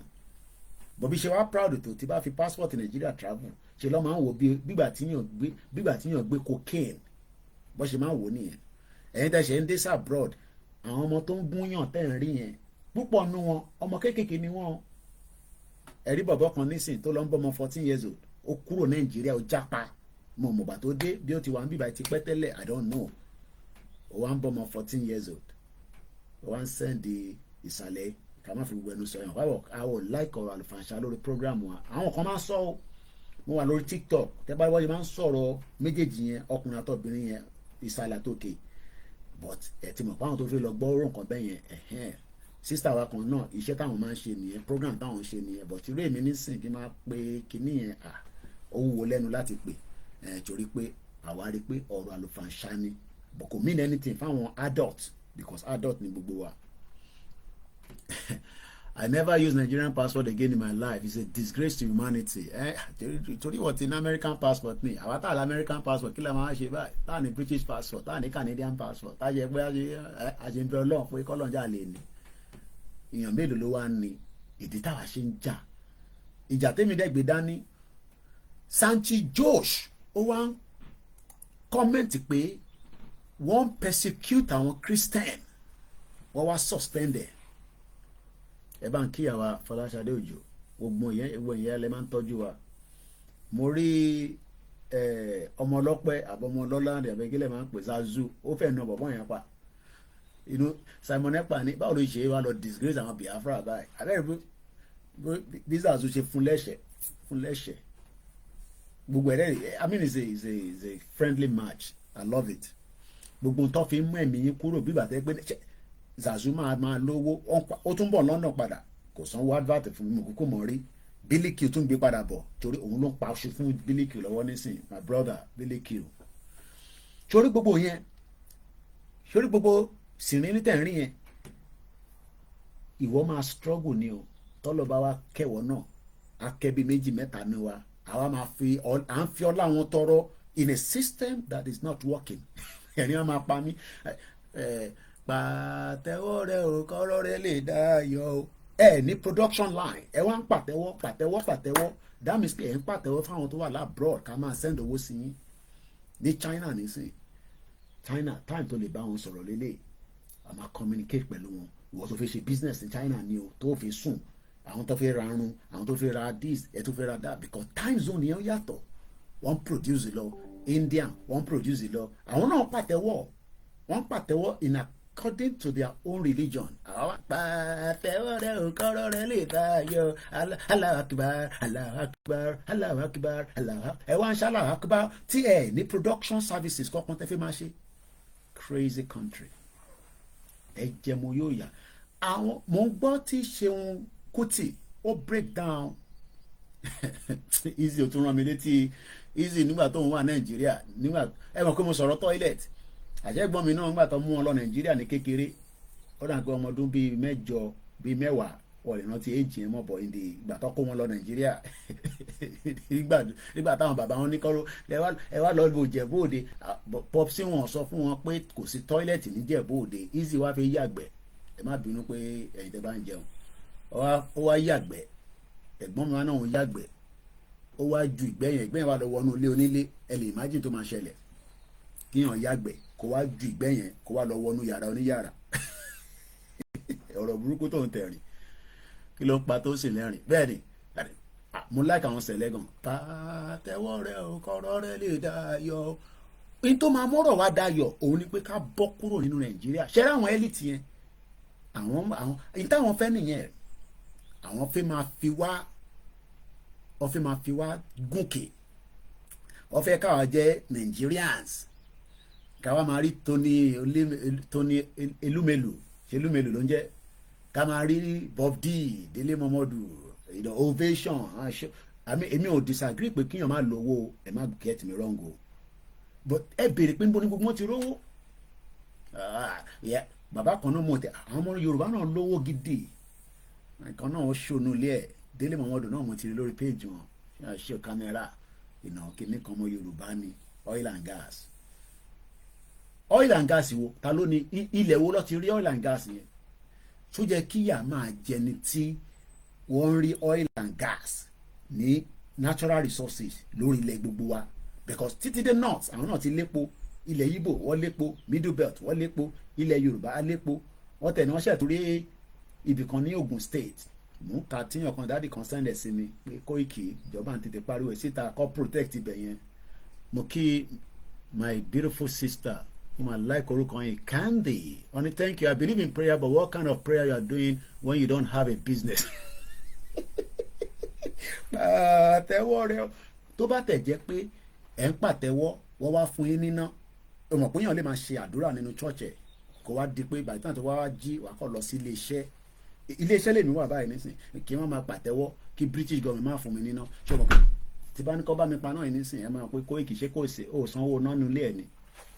Àdúrà ló dáa jù, èèyàn máa ń fi àdúrà jagun, but government gbọ́dọ̀ wá provide in tí ẹ fi máa wá lè tẹ̀síwájú so that a wá jẹ́ kí gbogbo ẹ̀ kó máa line. Àwa ń gbàdúrà mo ní January ẹ gbọ́ wíníwíní ọ̀rọ̀ lẹ́nu bàbá wa kan kọ́lọ̀ bá ń lọ́rọ̀ ẹ̀mí wọn títí dìgbà yẹn, níwọ̀n bá dé ọjọ́ tó kù báyìí tá a máa fi wọ January tíjọ mú date ẹ sunkún fún bàbá yẹn ní tí Nàìjíríà ti ṣe fún wọn. Gbogbo ẹni tó bá ti ní tí Nàìjíríà ṣe fún yín in details ẹ pè mí ká bá yín because tẹ bá lọ kú tá a documented irú àwọn ọ̀rọ̀ táwa ń sọ yìí, àwọn ọmọ kéékèèké tó ṣẹ̀ ń bí lánàá, irú àwa tó ṣẹ̀ bí lánàá, tí àwa wọ́n ṣẹ̀ bí wa lánàá ni àwọn ọmọ 1970 ọmọ 1980 can't believe in Nigeria. We will not have any forgive irú ẹ̀yin bàbá bẹ́ẹ̀. Gbogbo ẹ̀yin bàbá tí Nàìjíríà ti ṣe jàǹbá fún, ẹ̀yin ìyá tí Nàìjíríà tẹ́ pé inú ọgbẹ́ ọkàn yín ló wà, ẹ̀wọ̀n wá bẹ́ẹ̀ ṣe fẹ́ rìlíìsì mẹ́sẹ̀gì yẹn jáde, ẹ̀ ṣáà pé Koiki Media à ń ṣàjọ owó fún un, ẹ̀kọ́ ṣàlàyé tó ṣẹlẹ̀ àdẹ́ béèrè ọ̀rọ̀ lọ́wọ́ yín. Kódà mo ò tí fẹ́ fún yín ní details bàbá náà délẹ̀, mo fẹ́ cover kínní ìwé wọn òun ló wà níwájú mi, ìwé bàbá náà bàbá yẹn January wàá bá gbogbo ọmọ Yorùbá sọ̀rọ̀ ẹ sunkún fún bàbá yìí ẹ fẹ́ pé bí abiṣẹ́ ń jáde pé tá à ń ṣe program tá à ń bẹ ọlọ́run pé kí etí gbogbo wa tètè ṣí ká bọ́ kúrò ní nàìjíríà nàìjíríà ni wọ́n wá Koiki shut up your mouth there I'm a true Nigeria you will cry for a man that did 22 years service for Nigeria ibi tí kò máa ra sọmọdé nìyẹn 22 years hard work for Nigeria this man is crying today mo ní fún yín ní the full kìtì bá ti fún yín ní full package nísìn ẹ ní wàá fẹ́ gbọ́ níjọ́ náà lọ́run tá a bá máa sọ you will cry for Nigeria I'm talking about a Yoruba well-read man PhD holder ìlú ìlọ́wà nísìn PhD 22 years service for Nigeria let me just leave it like that you will cry if you are still not understanding what we are discussing here tonight. Ẹ fi pé n ta gbé dání you think oh mo ti sùn mo ta jí ni. Ẹ bá ju account number síta kẹ́ tó sùn ẹ bá fi coffee cause easy máa ń fẹ́ tètè rí coffee yẹn mọ̀ kọ́ mọ̀ Ìjẹ̀bú lèmi àti ẹ̀ mo dẹ̀ máa ń fi gbowó lọ́wọ́ ẹ̀ tí n bá tẹ̀ gbowó lọ́wọ́ gbogbo ẹni tó kù mo gbọ́dọ̀ máa gbowó lọ́wọ́ easy ẹ̀gbọ́n mi dáadáa ni. Thank you so much, Candy, for the follow. I am not here to bring down any Nigerians. What we are saying tonight is that, is it still worth it with the way things are going right now? Let's go back to Santi Joshua or Josh. Hope Facebook will reinstate my Instagram account, which was disabled after post about Christian persecution in Nigeria. Are Christians not persecuted? I am a Christian.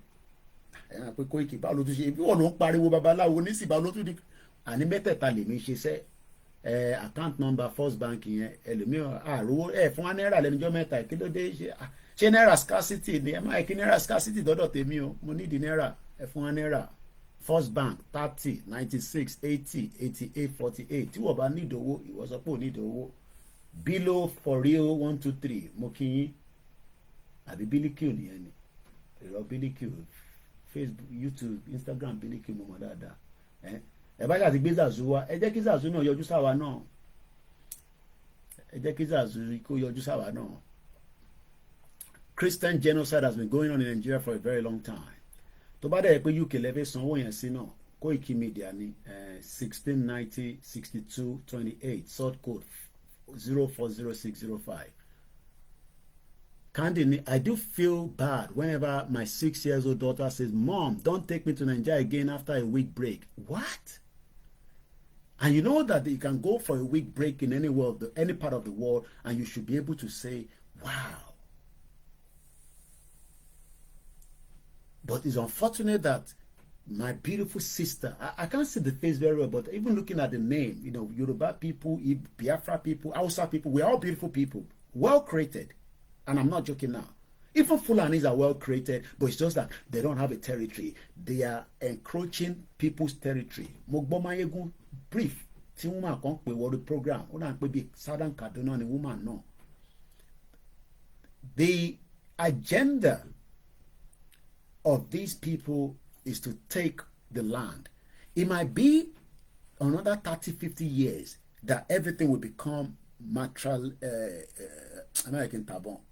Yoruba dem adagifi so lo ma wa simuse, but we pray not. How can you take your children to 1 week break where you should have great time, explore, drive buses, take you there, but when people say they are going to Nigeria, they only stay in Lagos. Not that some people will not go to their town, but the risk is too much, especially when you're traveling with children. But do you know that I can easily travel to Spain and I can take my children? We can take a walk because we're on holiday. We are meant to just have fun, even though I have not been on holiday now for the last 3 years. But my family, I've been stuck with this project because this is a project. And until we deliver the project, we cannot deliver the project halfway. That's why I will not be sitting with people that say we have declared a country, materialize. Hey, I have people that are well qualified, just like this, my father, this my uncle that produced them. This book, way day behind me, this book, this book, you will cry for him. PhD, as far back as 1981, Lotigba PhD, the man was crying. 22 years service. Mukiyawa Esther Laomi. Service, the momino. 22. I'm not going to tell you which sector he worked for in Nigeria. You will hear all that in that exclusive interview that I'm bringing in the new year. It will be serious because he's not going to talk about his 22 years in service. He's also going to talk about this Ilajo tradition 13th. TOTEMS. The Christians are not the only one being persecuted. Every single Nigerians, we are all being persecuted. The question is, the Nigerians are saying that, Koiki, we are not being persecuted. Just allow us to be. Your wahala is too much. No. Let my wahala be too much. If my auntie, my beautiful sister, Candy, just went to Nigeria for 1 week, she should be able to take the children to Kaduna to go and see the beauty of Kaduna State. She should be able to go to Kano. And they don't have to go by air. They can go by road. They can go to Southeast. They can go anywhere in Nigeria. Because, I mean, if truly the picture of Nigeria that they are presenting to us as the giant of Africa, why should we be scared to go to Nigeria? It's because people are being persecuted. It doesn't matter whether you are Christians or you are Muslims. Let's go into it slowly. Let me remind you, I will not show this video, but this is a soundtrack of people crying, children crying after the invasion of the Fulani. Do you know that I told you that ISIS is much difficult. Much much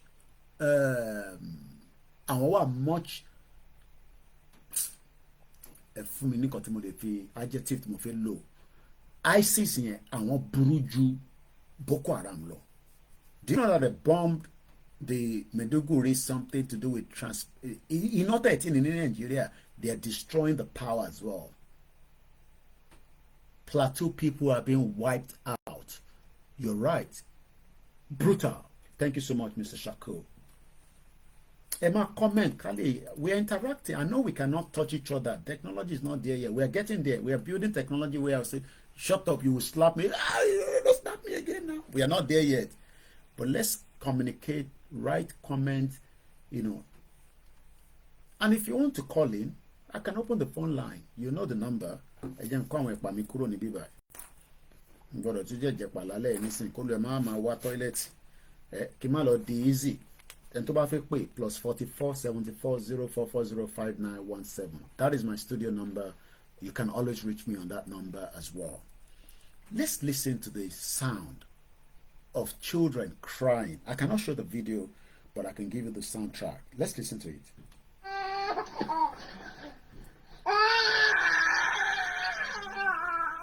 That is the sound of a baby.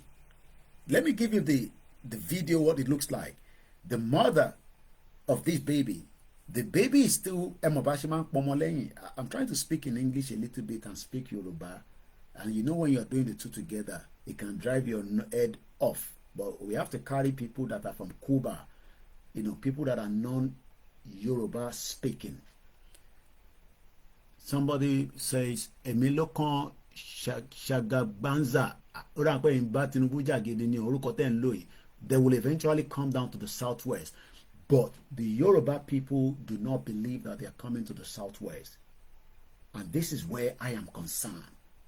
Because this same video, we've had the same sound at Igogon before, where the sound of Koiki. I remember that video. I have to look for it. Is in that my.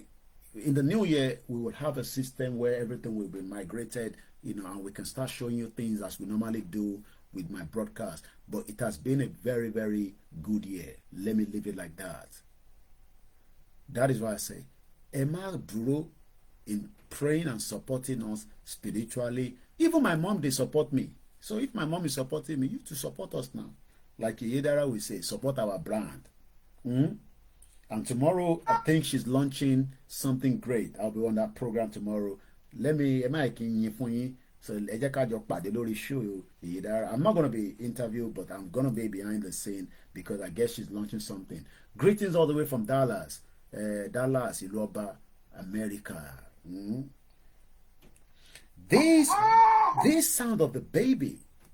Look at it from the point of your own family, where the wife or the mother has been gunned down by AK-47 bullet. Now, I don't know which it goes by the brain, it goes in the stomach, but these are very powerful weapons that when it hits you and they cannot take you to the hospital in time, you would eventually die.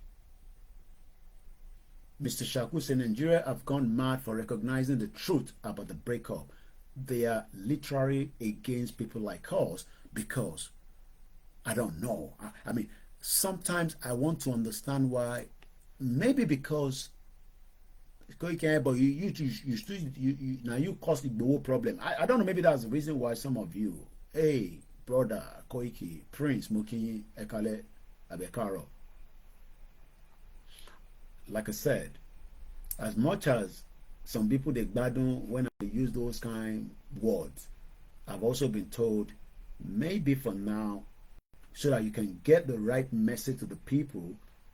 Even my mom, you know, I know she doesn't want me to say this. Before I came online, I said, I want to you know. And I love my mom. I'm sure some of you know that I love my mom too much. So, you know, and also, Yami Comfort Ologunja, you know, and I love feedback. I live in a society where feedback is good, but sometimes you all drive us nuts. And that's why we curse you sometimes. We're not cursing you because we want to curse you. We are just not happy that we are trying to deliver a message of hope, of truth. I don't pray for Tinubu to die because Shetima, the terrorist guy, will take over. But I am not comfortable with Bola Tinubu right now. And I'm not joking because Tinubu is just like another puppet like Buhari. Tinubu is sure the presidency. And we have told you, Tinubu is just one out of the many Yoruba people that is serving a social media, but I've been off for a few days in and out. I'm sure you all understand it's Christmas time, Eshu Day, family. You know, if you low, mo like orin Chris Daniel. Báwo ló ṣe kọrin yẹn náà again? My G, ṣolówó, ṣolè spend ọyàn my G. Katole Lowo, I'ma pull down Nigeria. We gotta pull down Nigeria so that everybody will be wealthy. When I say wealthy, it is not until you have kudi, money, ego, owo, when you have good health. I have told you that we continue to pray for the family of Akeredolu. I am not going to speak against the death of a man that is gone. He died just at 63, right? Do you know that the World Health Organization told me that Nigerians will not survive up to 53? Why did Akeredolu survive up to 63? It's because he's one of the elites. I know my camera, I have multiple cameras. So sometimes when I look here, yeah. Okay, 67. Okay, fair enough. But according to the World Health, like I said, the program tonight is very light. We're moving different places. I'm gonna read a comment and in my drivers. Ibi tí bá sọ̀rọ̀ kan tí n bá ti parí ẹni kó ẹ̀dá mi padà kí n complete it. So I'm moving around. Let me unpin the first band because it's making my phone here to be going blah blah blah. But tẹ́ bá need the account number, I'm gonna go back to that video in a minute. WHO Nigeria. WHO Nigeria life expectancy 52.89 as at 2020. Excuse me. I'm trying to be on Twitter, you know, you're right. It's because my full system that I'm using, you know, we're working on it by God's grace, inshallah, Lashedumare, in Jesus' name. You know, say me, now 3-1 they do. So when I put them together like that, we'll be back fully on Twitter. I mean, I always go on Twitter on the space, but because I'm live on Instagram, because our people, when I say go on one page, they don't want to go there, you know. You won't believe that those on the Olayomi Koiki Instagram, they will refuse to go on Koiki Media Instagram. I don't know why. And I'm using 5 mobile phones, 2 laptops. Those laptops are not very powerful to go on OBS. The moment I go on OBS on it starts dropping, you know. So my Alienware, which is the one where they use Fire Nigeria, is currently, you know, in a upgrading situation. Since we cannot buy a new one, I don't party with it. Made they give me money, we can go buy a brand new one. People don't send money to me. Even my mom is concerned that, you know, what's going on with the laptop. And I promise her that we will be up and running with that laptop in the new year. So that is why I have to use one. So instead of using all these phones separately, I will have used OBS and stream everything, and then I have even access to free phones where I can still go. I mean, TikTok, it has to be independent. Instagram is independent. And then I'll have 2 spare phones, and I'll still be on Twitter. I'll be on Space, and I'll be on Facebook, and, you know, I'm running on 2 YouTube. So I have 2 laptops on, but like I said, these laptops, if I go on OBS on it start dropping the frame. So that's why I don't like to use the OBS. I do sometimes with it, but I don't rely too much because could that be Alienware, Mokiware, then Darapamowa. So the whole project Nigeria is what we are discussing, and it's taking us to different places. We continue to pray for those that have died, and we pray for those that are currently looking for way out.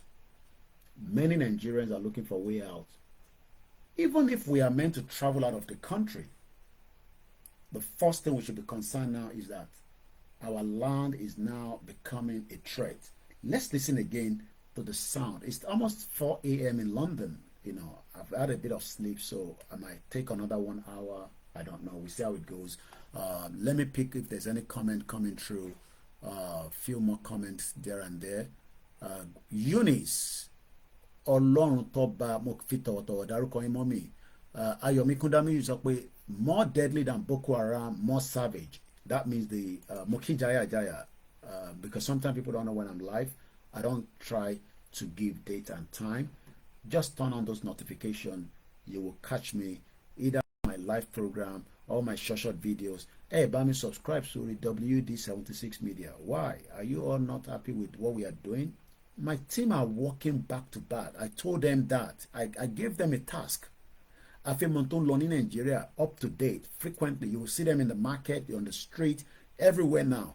But most of those short videos, we are running it on the backup channel because we're trying to promote that channel. But many people refuse to go and subscribe on it. I don't know why. I mean, there's 2 YouTube channels. One is the Koiki Media that have 43,000 followers. But the other one is 789. I'm thinking, in the Koiki Media, why am I having problem to get some of you to just subscribe there and give us the numbers? Even let us hit the 1,000 mark.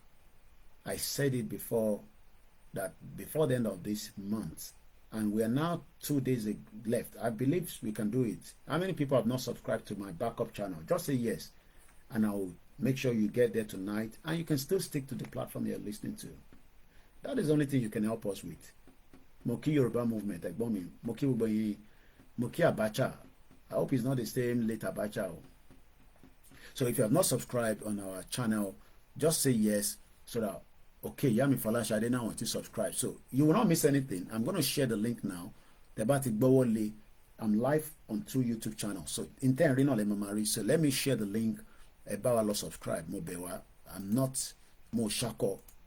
We need the 1,000 subscription. At the moment, I'm only 478. You know, it doesn't add up because I look at it as, how can we have great followership, you know, and yet we are not getting the numbers that we need. So I'm going to share the link now.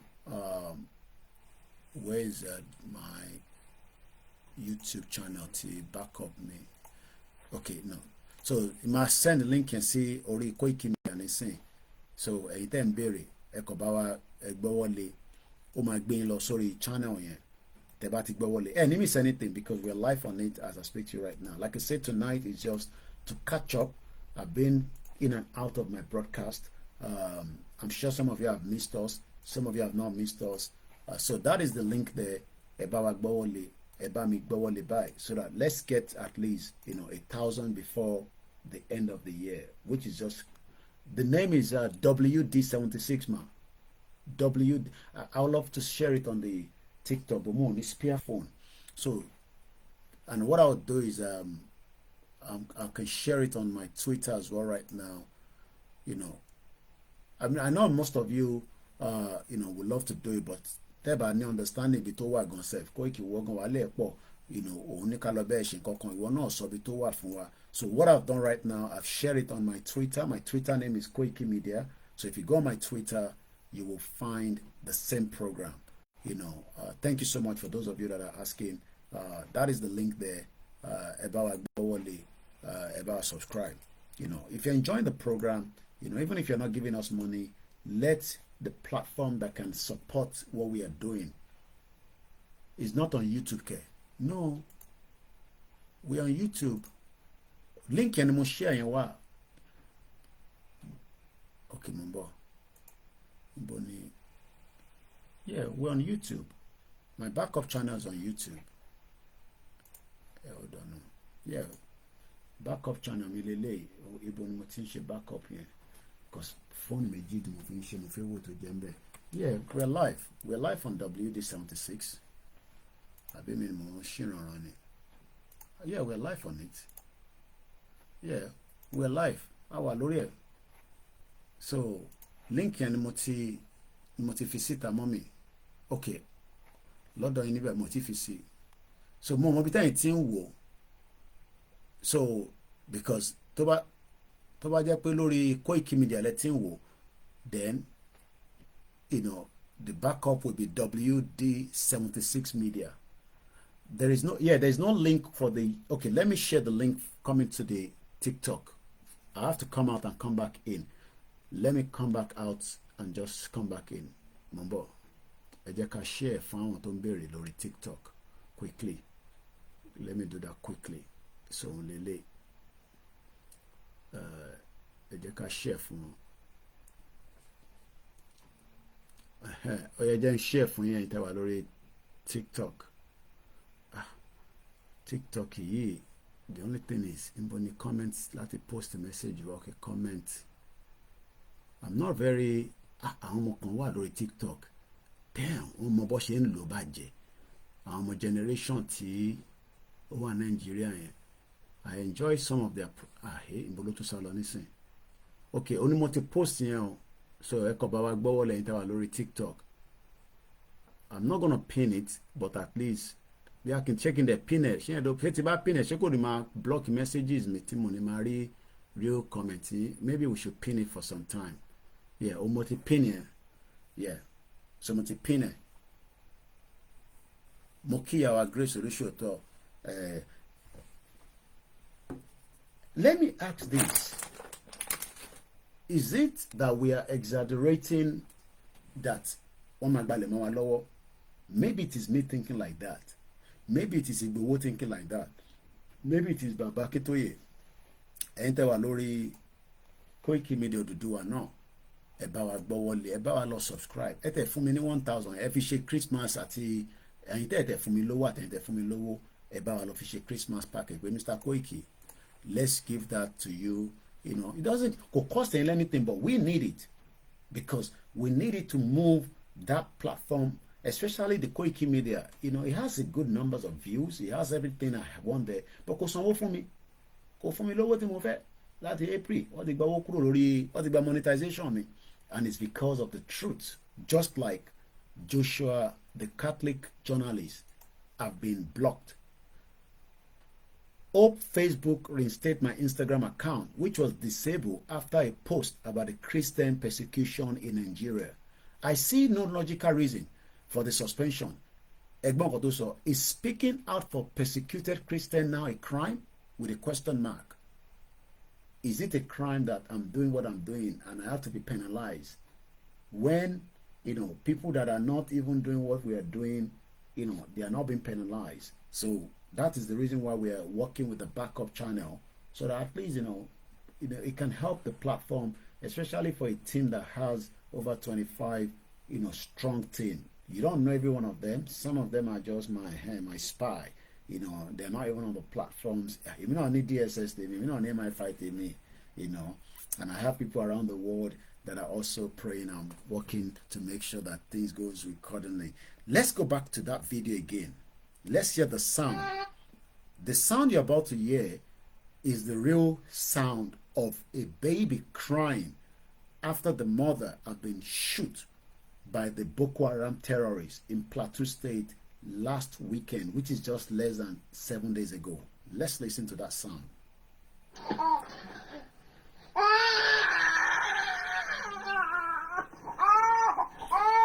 Somebody said to me that ẹni tó ń ṣe fídíò yẹn doesn't have sympathy. Ó yẹ kó kọ́kọ́ gbé bèbí yẹn, mo ní bèbí, ó yẹ kó kọ́kọ́ gbé ọmọ yẹn kúrò lára ìyá yẹn. Èmi wá ní mo kí dáàdì wa Fab, ó tọ́jọ́ mẹ́ta. Mo kí ìyá wa abẹ́gbọ̀n obìnrin náà ló máa jẹ́ Oyin Ọlábísí, mo fi tọ̀tọ̀ kí mà. Èmi tó bá jẹ́ pé Boko Haram náà ló, because these guys, they record and they post it on the social media. They send it out as well. They want to prove to us that they are coming. I have a video to back that up, and I'll try to play that video. They are telling us that they are coming. Some of us say they will not get to Southwest, but it's a lie. They already infiltrated every part of Nigeria. The reason why we are seeing more attack now that Tinubu is there again is another strategy to disrupt Tinubu's government. I'm not speaking on behalf of Tinubu to defend his government, but I want him to be able to hold on to that power and break up Nigeria. But in my mind I say, ṣé Tinubu lè ṣe ṣá? Àwọn kan fẹ́ convince me pé Koiki ṣe sùúrù. Ṣe sùúrù now. Ibi Tinubu ṣe débẹ̀ ni. And I always say, I will never trust Tinubu on that. I might be wrong in the near future for this statement. But for now, from what I am seeing in Tinubu, he does not have what it takes to break up Nigeria. Somebody say, if you cannot get a mere restructure under Bola Tinubu and Oduduwa man, what makes you of Oduduwa nation? That is another very powerful statement there. Don't give us Yoruba nation, not for me, but for people that will say, give us restructure. Do you think that this is a yes or no? We are now voting, and the vote closed in 5 minutes. I'll be watching my time. After 5 minutes, I will just say, this is the total number based on what people are posting. Do you think that Tinubu can give us restructure in 5 minutes? Yes or no? I don't need explanation.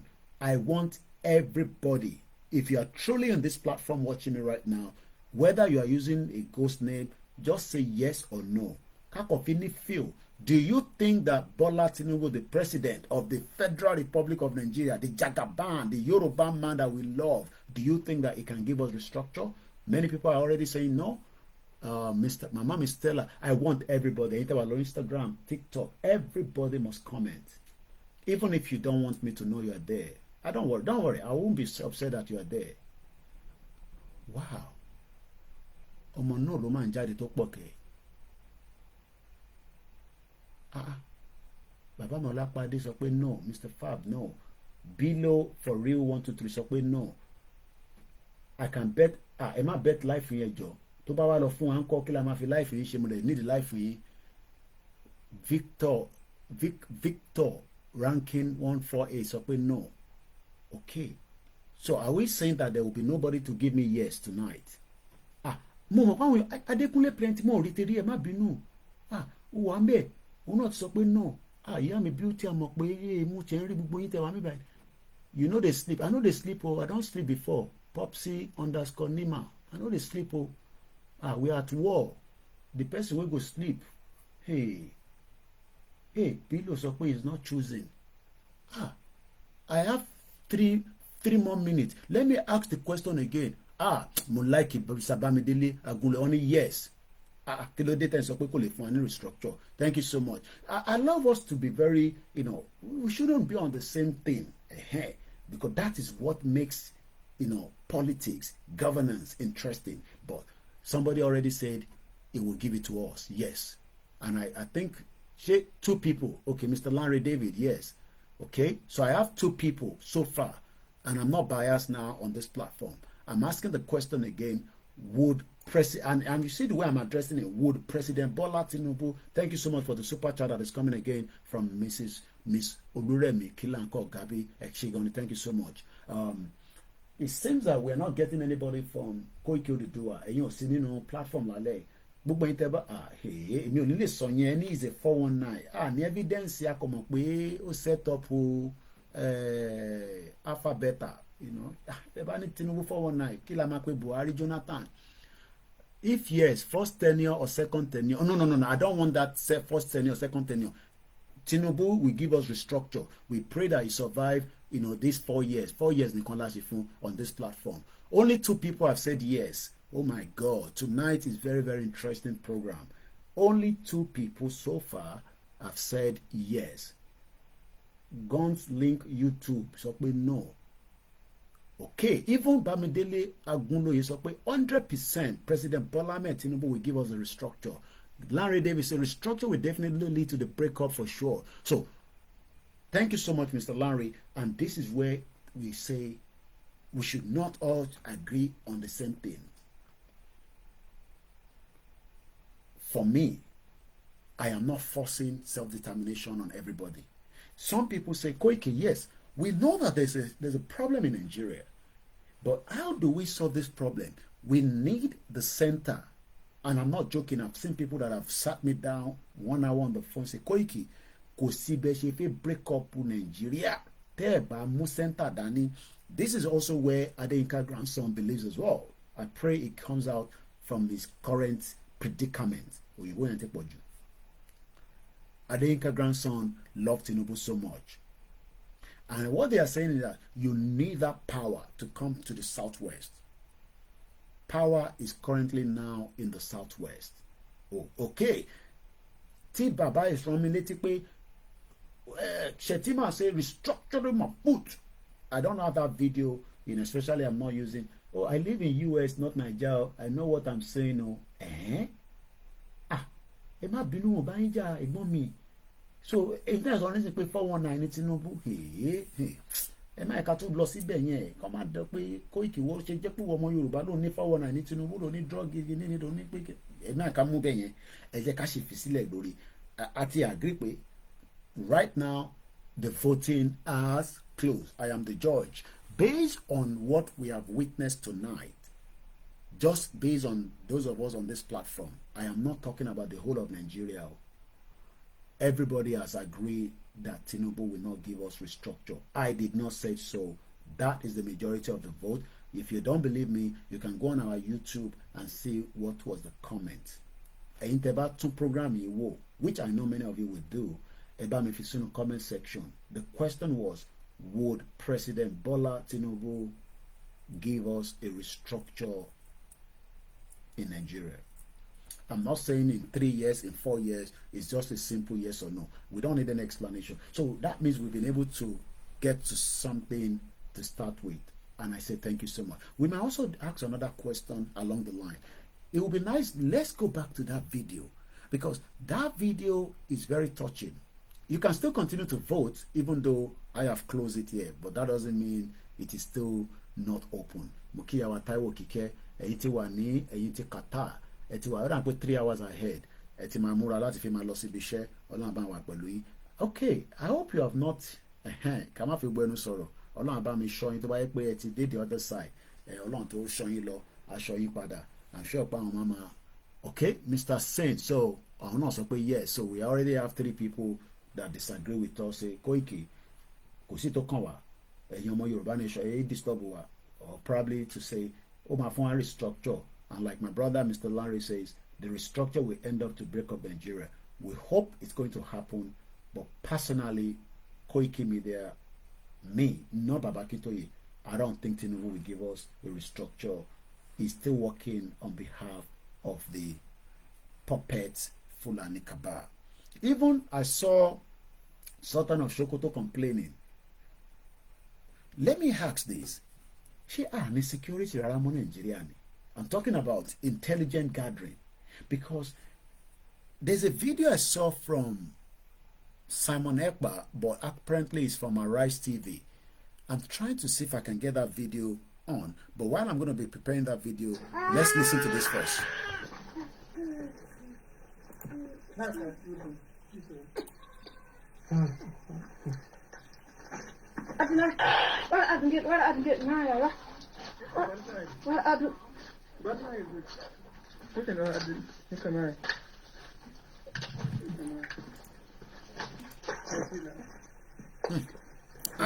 Òkú ọmọ kékeré ọtí pọmọ ìkàlẹ̀ kábíyèsí mọtẹ tíyàn bá ń wo fídíò yẹn rí dílẹ̀ dáadáa ẹ má bínú mọ̀ lè show yín Facebook gbogbo so ọ máa block me straight away ni. Damn, ìyá àtọmọ ọlọ́pàá kalẹ̀ níbí ìbáṣà àṣẹ. Ṣé èèyàn làwọn terrorists no àwọn Fúlàní ìṣá? Are they human beings? What is their game plan? Mo fẹ́ play sound kìíní ẹ̀ mọ́ gan because you know ó ti wà tó no kò ṣe lè ní mọ̀ wá. There's another video that I want us to listen to. What ti bàyé jẹ́ Oil London eléyìí náà posting kankan. Oil London is another journalist. Oil London TV. 140 Christian villagers were massacred. You see, it will take a systematic approach to withdraw, grab the retrogressive mentality of coward. Thank you so much. Fulani/Northerners. We must not mix them together. Do you know that we tend to say Hausa, Fulani? No, Hausa is different. Fulani is different. Even the Hausa are already saying, please do not call us Fulanis. El Rufai is a Fulani man. Ganduje is a Fulani man. I don't know many of the other governors, but I know that many of those governors in the north, not all of them are Hausas. According to Chief Tola Deni, the Hausas have been expedited. They've taken them out. I live in the North School there and served there as well. Okay, wow, interesting. But there's difference between Fulani and Hausa, right? I'm sure everybody knows that. But what we are saying is that these Fulanis, what is their game plan? I mean, are we just talking? Sure they are. Okay, so there's difference between them. Mr. Waid Oluwasegun, it's 5 o'clock in Yoruba land or Nigeria, as we want to call it. America is just coming up to midnight. Àwọn ṣe ń lọ síbi iṣẹ́, ọkọ ti dé láti ibi iṣẹ́, ó ti rẹ̀ wọ́n, you know, pé ṣé Koiki wà live, àgbé Guinness ẹgbẹ́, àwọn tèmi iṣẹ́ ìfẹ́ wọnú iṣẹ́ bá, àwọn tó ń lọ ṣiṣẹ́ cleaning ti jáde, you know, and I love all kind of jobs in the UK because it pays your bills and as long as you're okay. The Fulanis have overwhelmed the Hausas, okay. California is 8 p.m. California, baby. Ayele inje níbẹ̀ yẹn. Ẹni àwọn gumoto bẹ̀m̀bẹ̀m l'America. Kọ́lọ́mbà wà pẹ̀lú yín. Hopefully next year we see how it goes. You know, if I can make a thought to US.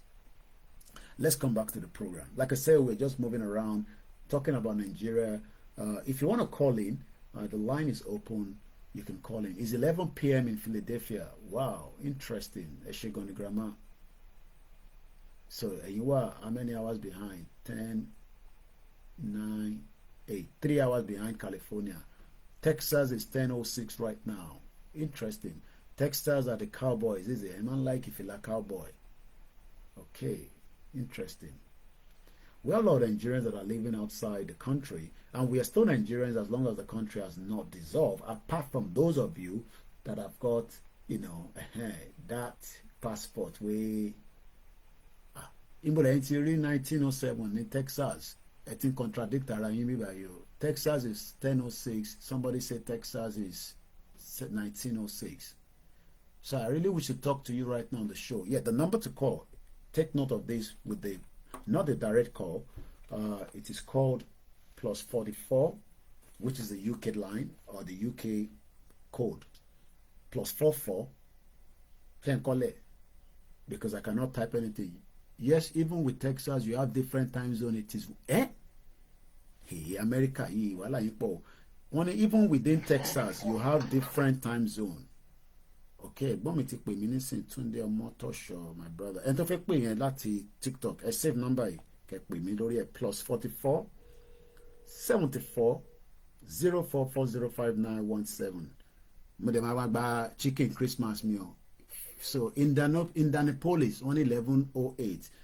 Gbogbo ń ṣe wá pọ̀ káàkiri ní ẹ̀yin Nàìjíríà. Mo bá jẹ́ fi volume yẹn síta díẹ̀ ẹ̀gbọ́n mi. Ẹ̀gbọ́n sókè dáadáa of course. Ó dà pé bí alátọ̀dọ̀ mi náà àti ọ̀dọ̀ yẹn tẹ̀ mọ́ tó jẹ́. Ekèbí aka máa lo speaker because sometimes speaker yẹn máa ń ṣe. Ó ti ń dún takataka. Ìgbò wa ni ó ń dún tó. Ọgbogbo ti ní mo ní gbogbo ẹ̀ máa dún kòkòkòkòkòkò pàpàpàpàpàpàpà. Wọ́n ti fi mẹ́rin. Nígbà tó bá máa dún pòpòpòpò pàpàpàpà yẹn, right? Ọlọ́run má jẹ́ kí ó jẹ́ pé ojú oorun ló máa wà. Ẹ̀gbọ́n sókè ẹ̀gbọ́n mi ẹ̀ máa yẹ kí n fi tèmi dání dúró. Ẹ ṣe jáde my dear brother Ọláyọmí Kóìkì ètò ní ẹsẹ̀. mo ṣe mistake ní 10:07 ni mo fẹ́ kọ́ tí mo lọ kọ́ 19:07 10:07 ni. 10:07 okay. Tẹ̀rí ọ̀rọ̀ wa ní Naija ó ń bà mí lẹ́rù. N tó ń bà mí lẹ́rù ni attitude àwọn èèyàn wa. Okay. There is this denial that our people are into, and that is what is really making me afraid. Everything normal have been considered to be normal. Tí wọ́n bá sọ pé 200 people kú lé ní àwọn tó kàn lọ́kàn máa sunkún, the rest people will move on. And the denial is this. They think that I want to move on. When they are supposed to shut down the whole thing for them to be able to leave. Or they will move on today, forgetting that they will be the next victim tomorrow. I want to be a journalist that is not in support of Yoruba Nation for a few minutes. And I want to interrogate you callers now. Are we really not biased when we sit down in our own comfort zone, near America, near UK, near abroad, near Nigeria, and we are telling people, go out and defend your freedom. Go out and protect you. When we saw how our people were massacred during the EndSARS, I'm just trying to play the devil advocate tonight. And I want you to also help me to guide me so that Yoruba Nation, we are not having their feelings on the other side. We are not, because the issue is this. Listen, see anybody buy your bomb, see me, to attack me, and have a right to bring my own out and defend myself. Okay.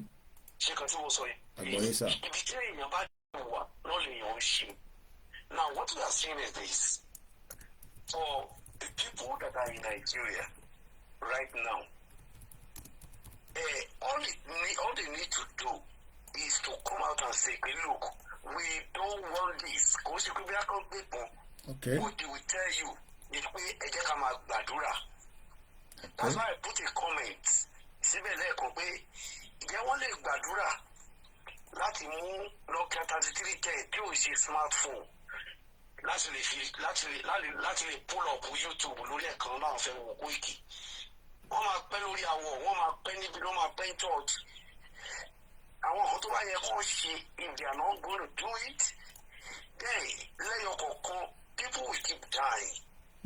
People are not, kò sí wọn kì í kò sí lọ́tí ravage villages. America was in ravage in Nigeria.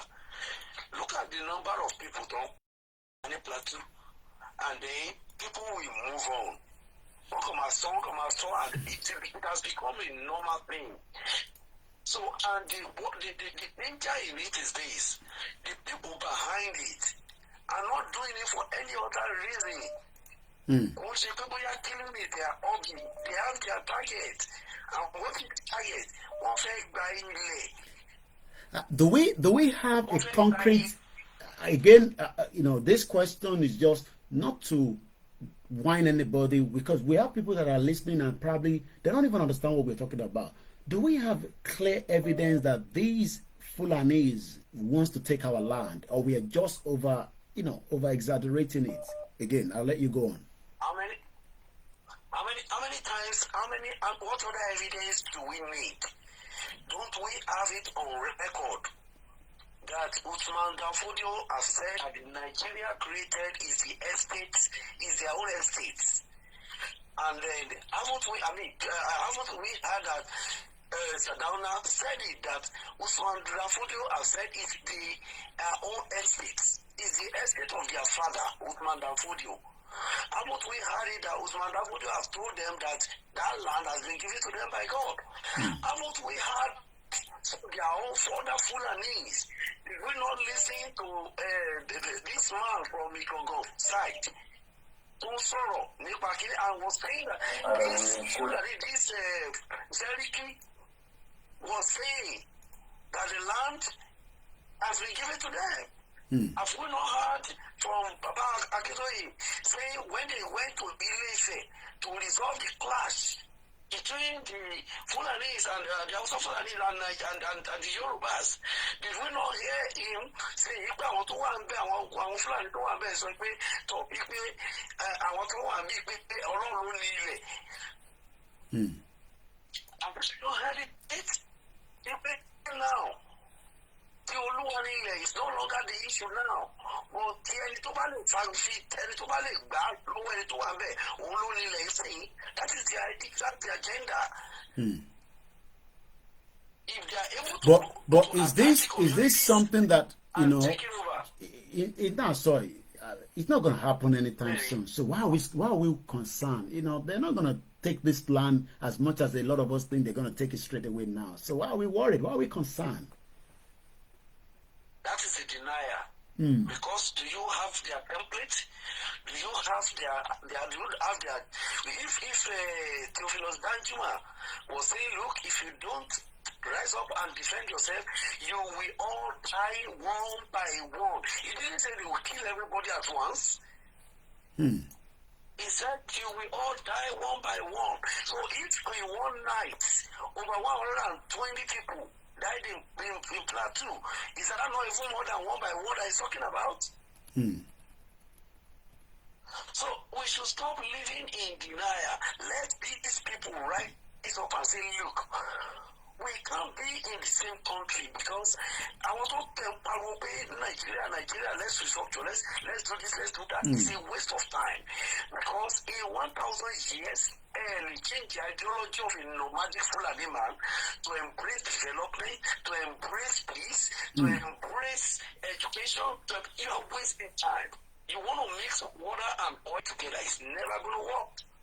So my brother here, which I know is going to call in as well, I say that you see the Fulanization agenda shouldn't be treated with kid gloves. We are totally different. But can we manage them? At least just contain them. We have a Yoruba president, probably did not take it. He goes back again. And that way we'll just continue to maintain and hold them down there, even though we don't want Nigeria to break. But they will not take that land. We will just be managing and make sure we contain them. Maybe we just need more people to be trained, become much security agency, put money involved in the security, and then hopefully we will stop them from invading, and we will still remain one Nigeria instead of breaking away, so that we can have this peace among ourselves.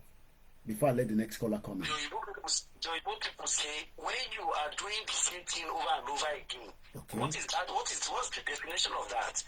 That is a definition of insanity.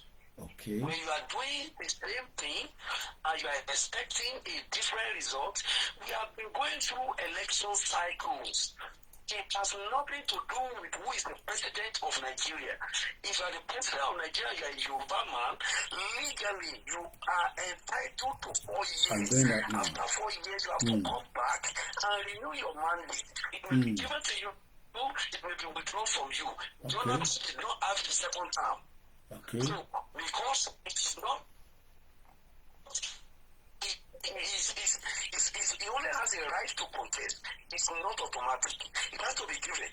So Baba Tinubu does not have more than 4 years as far as I'm concerned, because he has to come back and beg and campaign again.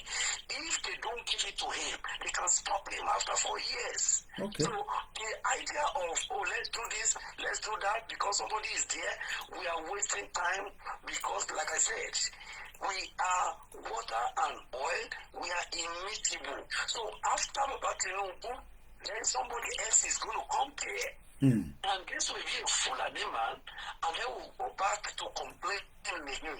And by that time, let me tell you, these people will be more empowered with weapons. They have learned from the area they were not able to cover when Buhari was there. And government will do a lot. Believe me, honestly, we will still massacre more than we can ever imagine. Okay, all right. Shegon Egbomi, you've started well. Let's get more people to call in so that let's slow down with my conversation. Program you started well with us for the first 10 minutes. I love you so much. Yes. Go on. Yes. Before you ask me questions, yes, is that if we are in Nigeria, yes, together, yes, why are we in a toxic marriage? Toxic where we marriage. don't trust each other. Where nobody wants to remain in the marriage. So why do we want to fold it together? Why don't we have a conversation and then look, should we remain in this marriage? That is the only thing we are asking for. Let's have a conversation. We are not talking about fighting. Let's have a conversation. Let's ask the question. Do we want to remain in this marriage that we did not bring ourselves into? Maybe a one Nigerian person would call and explain that. Maybe we should give room to somebody that is a one Nigeria that love Nigeria so much, and he will be able to give us an answer.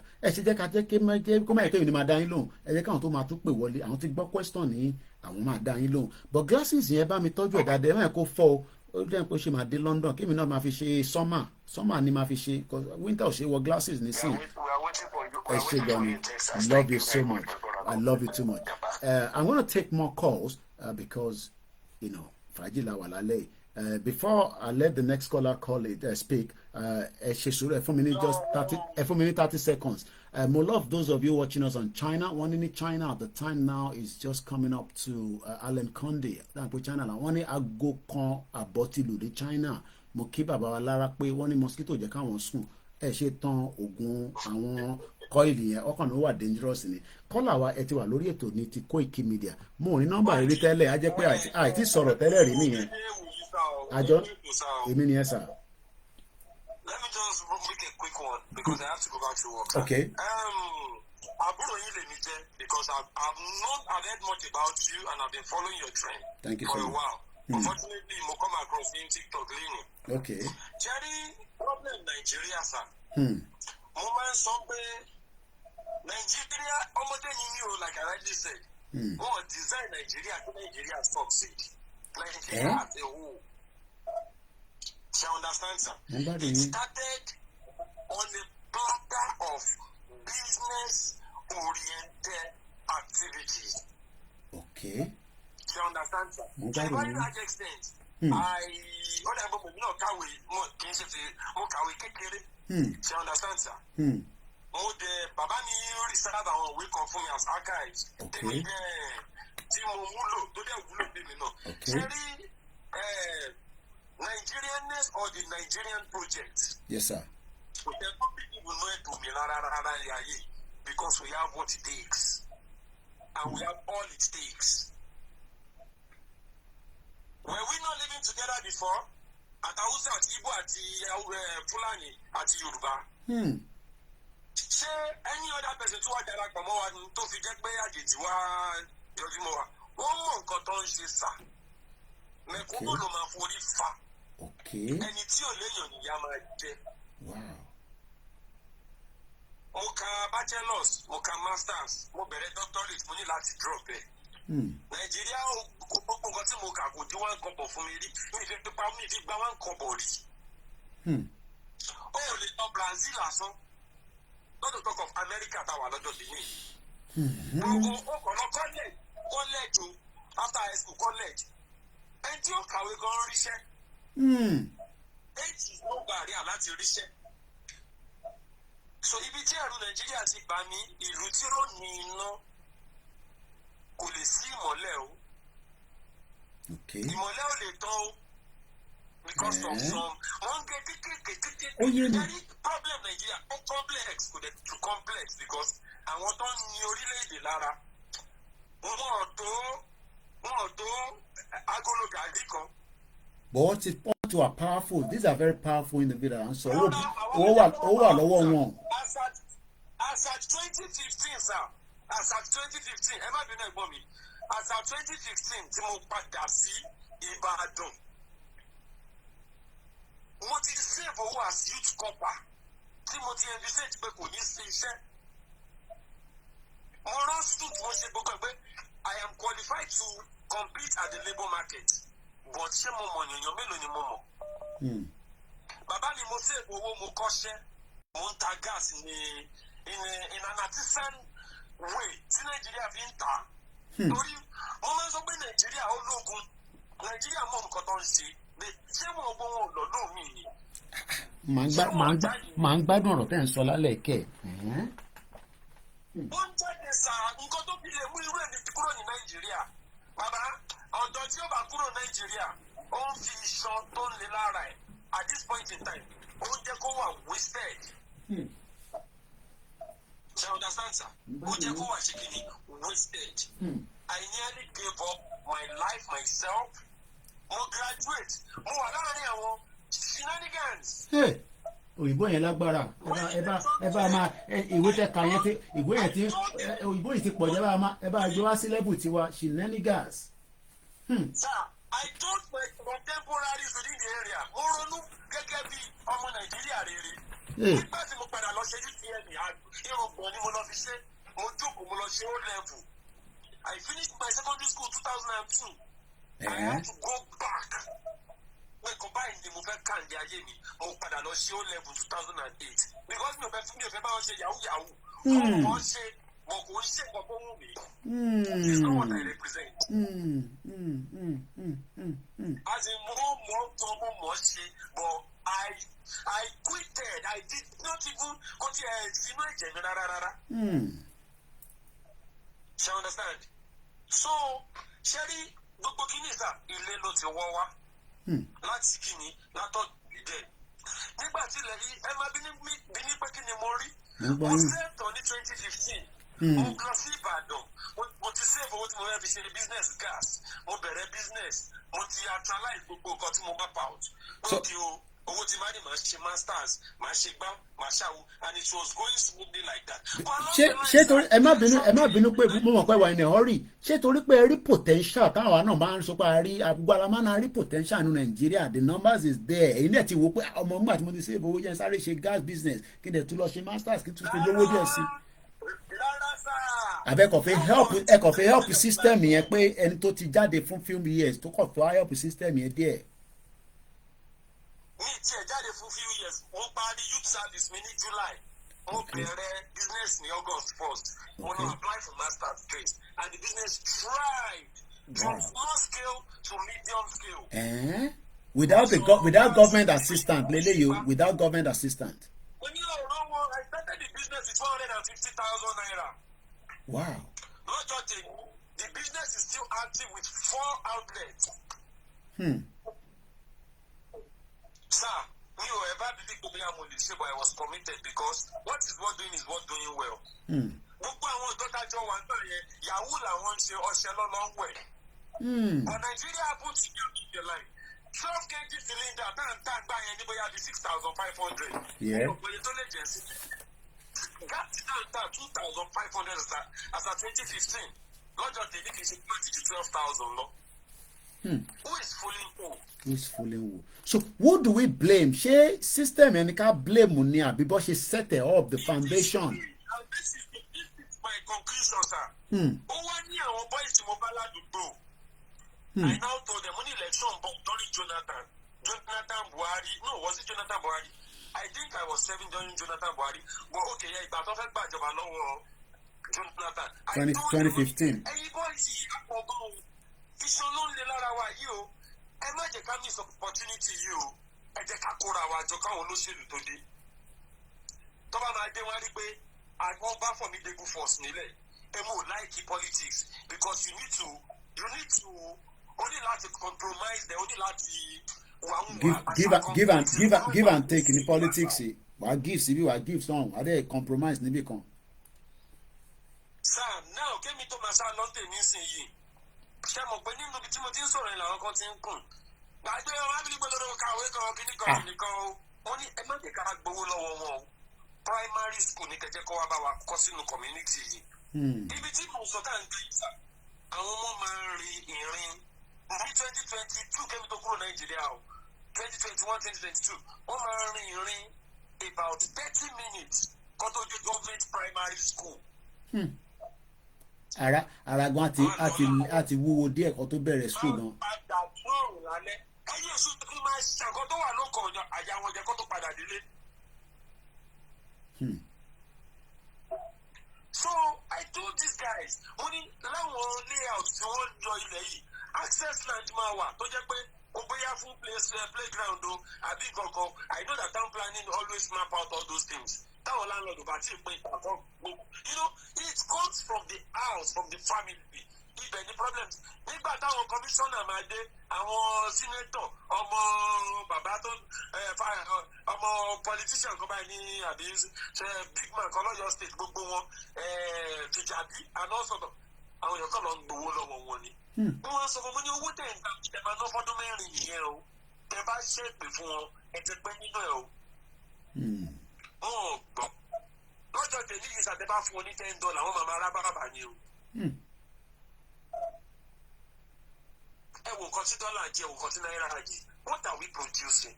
gbogbo àwọn guys yẹn sìn náírà bet naija ló fi ń ṣiṣẹ́. nígbà tí ó ṣiṣẹ́ you will see them in the morning wọ́n ti mú Chelsea yó. So what can this government do? Kí ni Tinubu mo mọ̀ pé ẹ wà ní ọ̀rọ̀ láti lọ just the last question tí màá bí kí lẹ rò pé Tinubu máa ṣe to stabilize the situation room whether the country is going to break or not. Kí ni Tinubu láti ṣe if he has the desire and the will? I never campaigned for Tinubu because I never wanted Tinubu. Tinubu was a godfather and he was supposed to be continue to be a godfather. Afọbajẹ òkè padà wá jẹ́ gbogbo nǹkan ìjọba but wọ́n fẹ́ jọba ó ní ìtẹ̀sọ́gbọ́n òun lè ṣe. Tinubu will make some effect. Okay. But he has to play by the rules so he can outsmart them. Èmi prefer Obi. More root for Obi. Because the new kid in the block ni. Not that we know show you but we go to òṣìṣẹ́ àtàkàtì ẹ̀kọ́ then tó bá ń sọ̀rọ̀ ó sì yàtọ̀ sáwọn bàbá tó yẹ pé wọ́n ti question kirikiri. Tinubu will be the only person to let perform a debate láàrin àwọn mẹ́tẹ̀ẹ̀ta but take it or leave it sir if we do not go back to our own as in to your tent o Israel Nigeria will not move forward. Because even in Brazil I was living in Brazil gbogbo nǹkan wa láti sọnù wọ́n ní gbogbo àwọn ìlú yẹn gbà and they are 100% better than Nigeria. Brazil will give you free health services, free education. You don't work, they give you unemployment fee. It is called Bolsa Familia. You are working, you get your pay, you collect Cesta Basica. Emma ti gbé èdè tán gan níbẹ̀ tẹ́ lọ yẹn gẹ̀ ẹ tún lọ pẹ́. I speak for I only stayed for there for like 9 months. Báyọ̀ ẹ ti jẹun wọn níbẹ̀ yẹn ẹ ti mú mi lọ́hùn ẹ ti lọ gbọ́ èdè. Wọ́n tún wá gbọ́ wa Yorùbá jẹ. Fún àwa ló ń dáǹsì. Ifá aṣọ tí mo wọ̀ ẹ máa dúpẹ́ lọ́rùn pé mo wọ aṣọ fá lálẹ́ Ifá ni mo wọ̀ lálẹ́. That's it. That's our identity. Àwọn girlfriend mi because èmi náà bá ṣe bí àwọn bàbá wa. Àwọn girlfriend mi tó jẹ́ funfun àwọn ọmọ Brazil kótókì bàbá gbogbo wọn Ọ̀ṣun ní ṣẹ̀ǹgẹ̀ṣẹ̀. 1.2 Naija ń wè kí Brazil máa sọ fún mi bó o fẹ́ lọ bá mi bí fálẹ́rì bóyá Ògùn ni kíní ni bóyá ọjà ni mo kàn wó báyìí pé ṣé ìṣe pé mo ti gọ̀ọ̀sù ẹ̀ báyìí. I'll give the number when the caller finish in a minute. So a ti sọ̀pọ̀lọpọ̀ nù.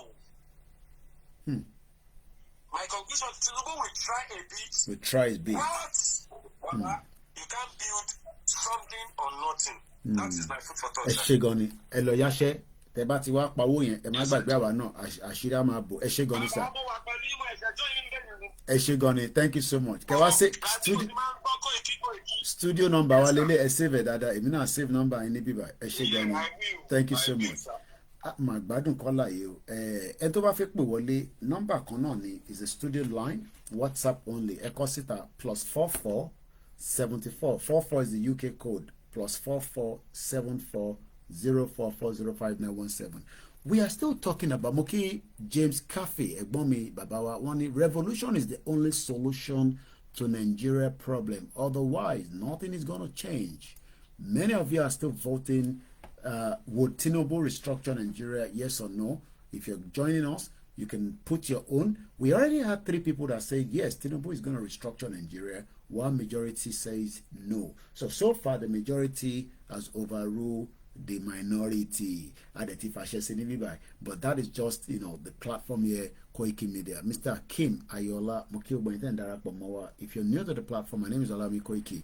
What do I talk about? I talk about the collapse of Nigeria. Those of you that wants to call in, the number again, like I say, will be +44 74 044 05917. If you go on my website, www.koikimedia.com, you will find out as much information regarding where we are with the movement in terms of information that is already on that platform. I'll be telling you some of them.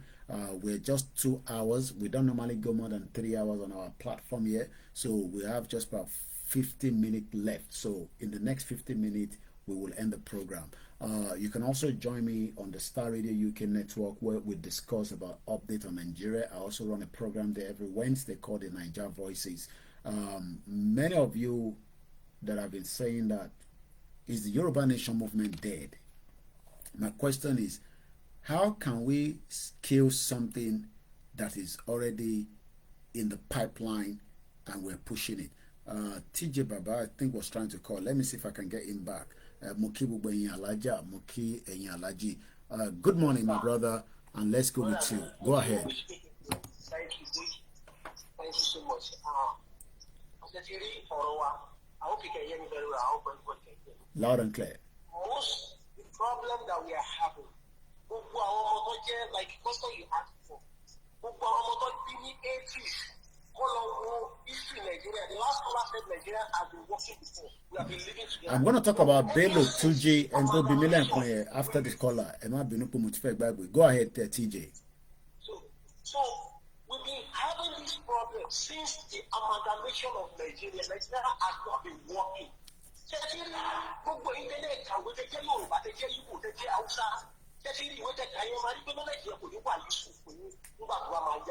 Because the problem is that you don't depend.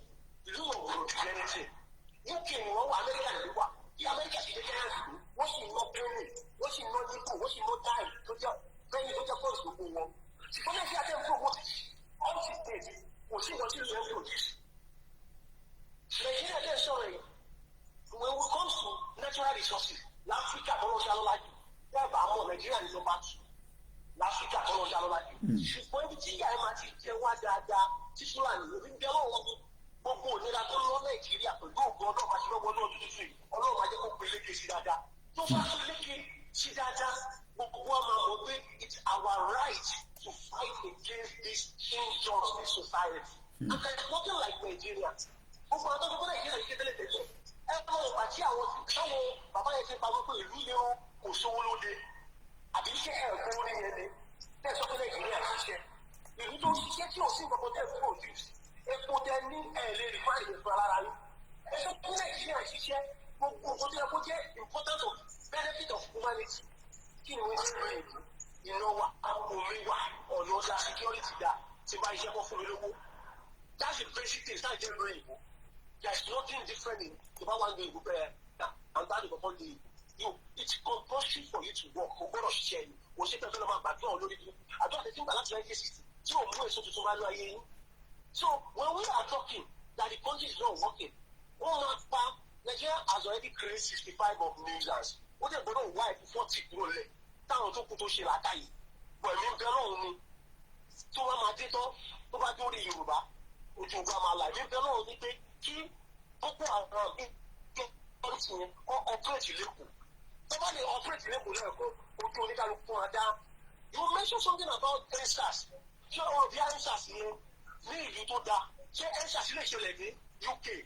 See, the UK tomorrow police, you know, to go on your power, don't protest. So, I want what you read. Yes, this kingdom is meant for animal society, and we are ruling by heartless people. So, if we don't stand up and fight against them, we see what's for United Nations, we see what to human rights, woman rights, ṣé woman rights ìṣẹ̀lẹ̀ Pakistan ni kò ṣẹlẹ̀ ní Israel àti orúkọ ara wọn Palestinian ṣé woman rights ìṣẹ̀lẹ̀ ń bẹ̀ ṣé America jà sí àbá America rọrùn ní ọ̀pọ̀lọpọ̀ kọlọ́dá ẹ̀kọ́ dúró ó tẹ́lẹ̀ tí woman rights tẹ́lẹ̀ tí World Organization tẹ́lẹ̀ tí United Nations ẹ̀ parọ́ fún ayé ni wọ́n rí tí ní kékeré lébù ara yìí kẹ́ para yìí tán tẹ́ bá para yìí tán they will come back and come and give the resources the remaining resources that you have been keeping for each other. So ó máa dá. The only alternative that need to be managed that I'm from Lagos, I'm a Yoruba guy, I'm a Yoruba man. Oh my God, here in your door, Nigeria, in your door, Yoruba go, can charge the sita. I just say something for me. Nigerian soldier cannot kill every one of you. But the bad is that we have been a weak-minded people. When they share us with God, I also just TJ, as you were speaking, TJ, I was looking at the age of these notorious Nigerian terrorists, and the leader called Bello Turji Kachala, popularly known as Turji Turgeji, is a notorious Nigerian terrorist and the bandit leader who is operating in the northern Nigeria, particularly Zamfara, Sokoto, Niger State. Taji led a bandit gang on 2022 Zamfara massacre. Almost 200 people, including women and children, were killed. Do you know that when you were talking about the youth, this guy was born in 1994. He's just 29 years old and is controlling and destroying many lives. And some of us are just too scared, like myself. You know, we are 40, we are 50, we are 20, and another 29-year-old. I mean, I'm not saying we should go and carry gun, but we must defend ourselves. These guys are using gun to kill. But Tibasakwe, we are not going to use gun. It's just because we're trying to be moderate. TJ, we're just trying to be moderate because we don't want people to look at us as but this guy, this Bello Turji, is bringing wahala. And I already have a video that I've prepared for us, but I want all my callers to come to first. And is it going to happen in the next 30 years or is it going to happen today? Time will tell. TJ, go ahead because I know you are all still working on all that. Go ahead. Yeah.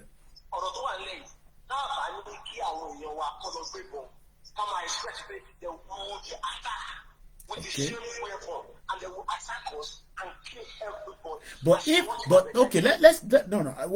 I want us to be clear with something here. Where do we then say all the security vote is going? Because it's like we are saying to our people, go and do something that they don't even have the money to buy the weapon. We have governors that are taking security vote. We have Dapo Abiodun there. We have Sanwo-Olu there. God bless the soul of Akeredolu. He tried his best with Amotekun. Where's Seyi Makinde? Why must we be pushing our people to get themselves defend when we have the governors, we have the Yoruba politicians, we have the Southeast politicians, the Middle politicians?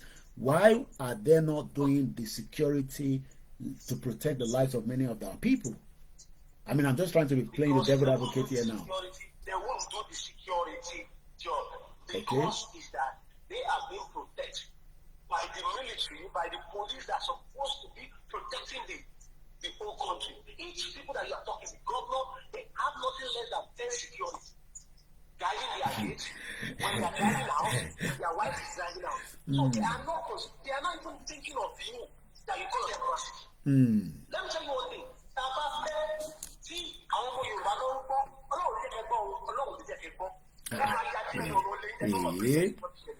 Mr. Mrs. You don't care. Okay, all right. TJ, thank you so much. Kọ́lọ́n jẹ́ kí àwọn èèyàn wá tètè gbọ́n tàn sọ túbọ̀ yàṣẹ́ níbi tó wà èèyàn tèmi náà ni. Ẹ já lọ sí ìkè lọ́hùn ká lọ sí gbọ́hùn ìyá wa obìnrin. Mo ti ní fídíò kan tí mo fẹ́ play fún wa tí a máa mọ̀ bóyá lóòótọ́ ló máa gbalẹ̀ àbí wọ́n ní gbalẹ̀. Ẹ̀gbọ́n mi sìn náà ni you and I know that the security vote goes is a sane human shouldn't live in Nigeria. Ẹ káàbọ̀ sórí ètò ìyá wa à ń gbọ́ yín mà. ètò náà nìyẹn.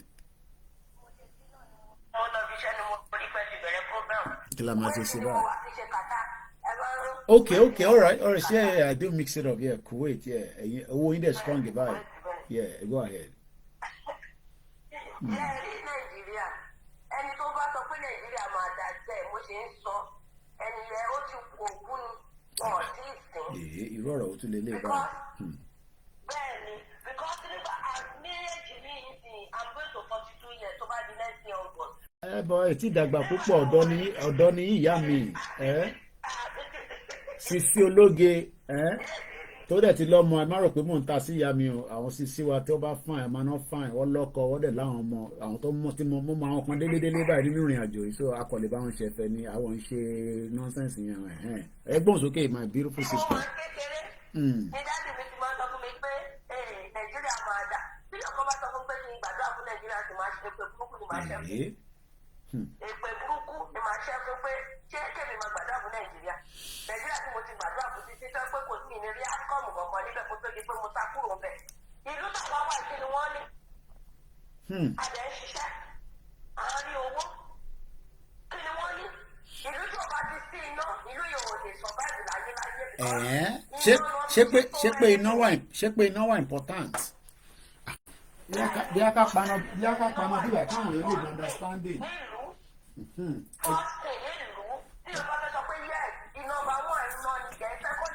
Ìyá mi èmi náà má ti paná mo ti save nọ́mbà yìí èmi náà ti paná báyìí o èmi náà ti wà Nàìjíríà báyìí ẹgbùn sókè mò ń gbádùn yín.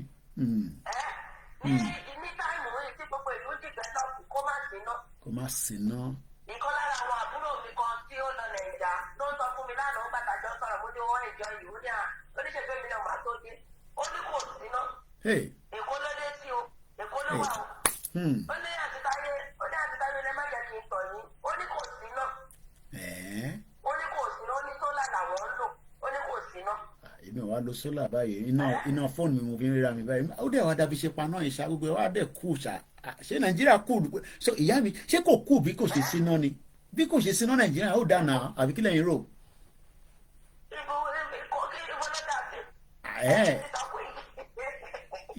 ṣé pẹ̀yìn láti ṣé ìlú tẹ̀yìn wà níbi tẹ̀ wà ní Kuwait ẹ gbọ́dọ̀ rí iná kẹ́ tó lè ṣe gbogbo tẹ̀ ń ṣe tí mo kọ́ àwọn iṣẹ́ tẹ̀ ń ṣe má sọ iṣẹ́ tẹ̀ ń ṣe o ṣé iná máa nídìí náà náà kílẹ̀ fífi náà ṣe ẹ̀tọ́ kándù ẹ̀dẹ̀ tán kí làwọn ìyá mi ń sọ bẹ́ẹ̀. Ìyá mi Stella Wumi ni electricity is very important for businesses to strive o èmi ò nídìí náà nísìn náà èmi mò ń tán náà nísìn gbogbo yín dẹ̀ ń rí mi.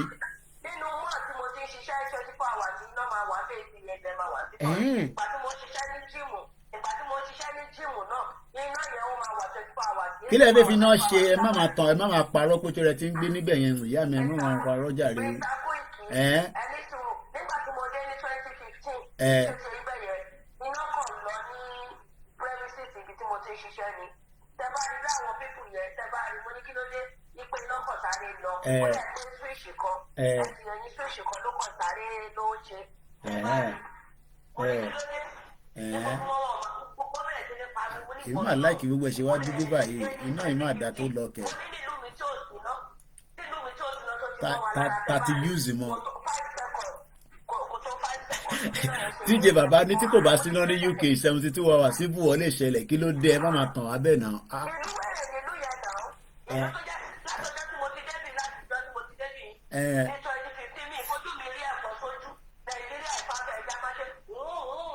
Ẹ̀fọn á máa wálé nǹkankan ẹ̀fọn máa wálé nǹkankan ìyá mi ṣé torí pé ẹ̀ǹtàn ìsìn rẹ bí a torí pé ẹ̀ǹtàn ìsìn sùn ni ẹ̀fọn lè máa jẹ yín kẹ́ máa mọ̀ torí ẹ ti tan ìsìn náà pé gbogbo ẹ̀yẹn gbóná máa sọ fún baálé yín ẹ̀fọn máa jẹ yín rọ́lẹ̀ ń pa ẹ̀ máa parọ́ fún wa níbí báyìí so n tẹ́ ń sọ fún mi nísìn ni pé nínú ẹ̀ mọ̀ gbádùn yín ṣé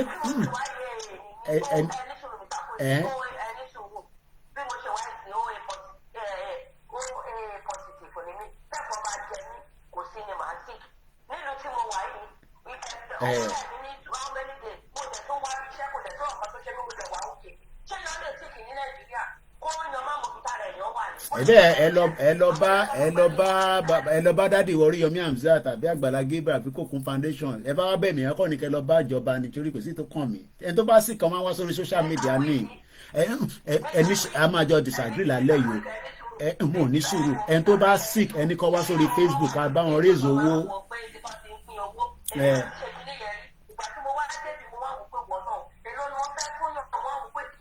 wàá fún yín 5,000 naira owó mà ní 5,000 naira. bí ẹ torí wọ ọmọ kọ́bìnrin ni yín.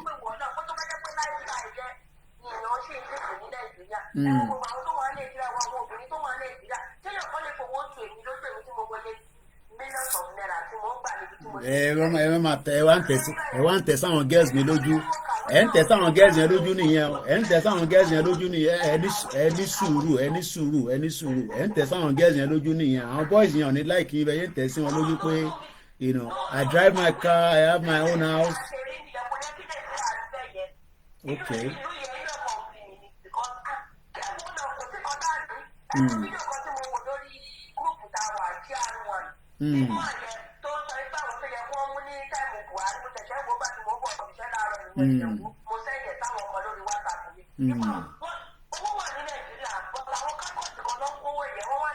Owó wà Nàìjíríà.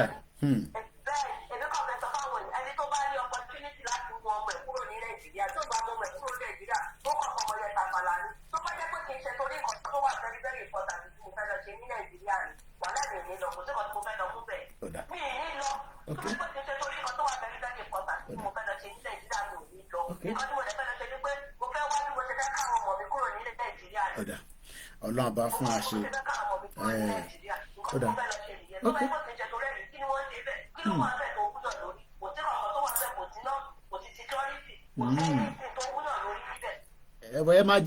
ẹ máa jẹ fresh food now ẹ máa jẹ fresh food ẹ bá dé Ìbàdàn nísìnyí wọ́n máa ròyìn àtàmàlà tí ó gbẹ fún yẹn máa pẹ̀lú ọbẹ̀ àtẹja tó dáa gbogbo tẹ́ ń jẹ lọ́dọ̀ yín tó yẹ pé inú freezer ló wà ẹ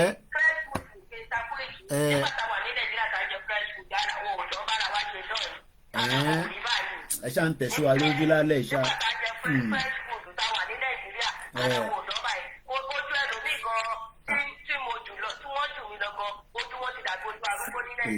ẹ ń tẹ̀síwá ẹ ṣáà ń tẹ̀síwá lójú díẹ̀ díẹ̀.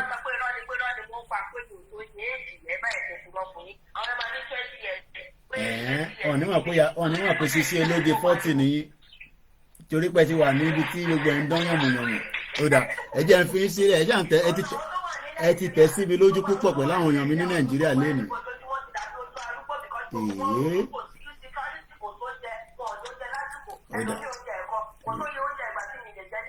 Wọ́n nítorí pé àwọn farmers ò lè lọ sóko ni.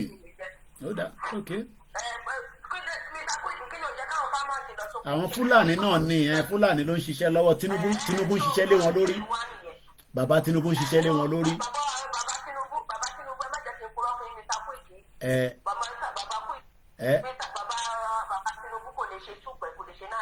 Jagaban lè máa ń sọ yìí Jagaban máa ní Jagaban of Africa.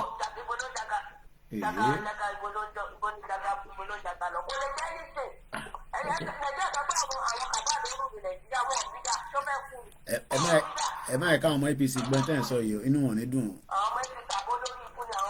èwo tó wá lè pè báyìí gbà tá a sí lórí show máa yégún general ló ní kọ́ máa ṣe pè ó dà yá mi ó dà pé ara ń kan yẹn fi lọ́bi iṣẹ́ ẹ jẹ́ kẹ́ máa lọ́bi iṣẹ́ ó dàbọ̀ kí ló wá dẹ̀ ń tẹ̀ sí wa lójú bàbá mi Adéyẹmí ní Mr. Koiki báwo ṣe máa ń ṣe báyìí lálẹ́ ọmọ gbogbo ẹ̀ máa kú kò sí ná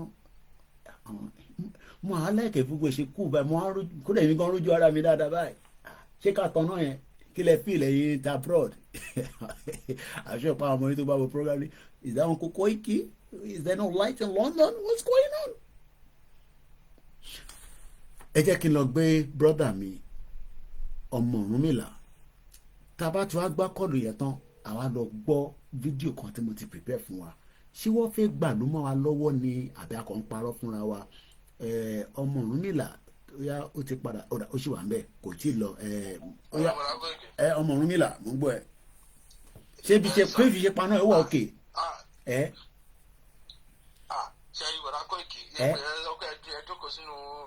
àyà mi kàn ń já láti wọ kitchen kí n má lọ forí gbá nǹkan ni o kí wọ́n máa kíyàwó máa ní pé dáàdì kí ló ṣẹlẹ̀ darkness UK ó yàtọ̀ sí darkness Nàìjíríà. Kílẹ̀ ń bọ̀dẹ̀ tútù tún mọ́rọ̀ bàbá ẹ̀ ní sin darkness UK ó yàtọ̀ darkness ní darkness ń jẹ́ náà kí ni ìyàtọ̀. Mọ́mì mi Stella wù mí sọ pé èmi ó ń wù mí lèmi paná mọ́mì mi wù mí ní ó ń wù mí ní mo paná tó bá wù mí mo lè lọ tọ́ná yẹn ìyá mọ̀ ń gbọ́ yín. Ó láwọn darkness kan tẹ́ ẹgbẹ́ tẹ bá wà nínú darkness yẹn ẹ̀yin máa mọ bẹ́ẹ̀ ṣe máa navigate ọ̀nà. Ó lè láwọn darkness kan tẹ́ ẹgbẹ́ tẹ bá wà nínú ibẹ̀ lásán ẹ ti jábọ́ sínú kòtò yẹn kòtò tí ò ní ládà. Àbẹ̀rẹ̀ wọn ní Liberia tọ́lọ́ ń gún epo àwọn ọmọ àlè ó búrò gbogbo wọn dànù ni mo rí rẹ́ẹ̀rì mo gbádùn yín ọmọ ọ̀run mi là. Contribution tí mo fẹ́ contribute ní sẹ́rí nǹkan tẹ́mi fẹ́ sọ ìgbà pàṣẹ rí bàbá wa Tinubu ò ní rẹ́ ní ti ń ṣe why you move so best that ìgbà tí Buhari wà lórí oyè ṣó ti yé yín gbogbo kílè tó ń ṣẹlẹ̀ up and down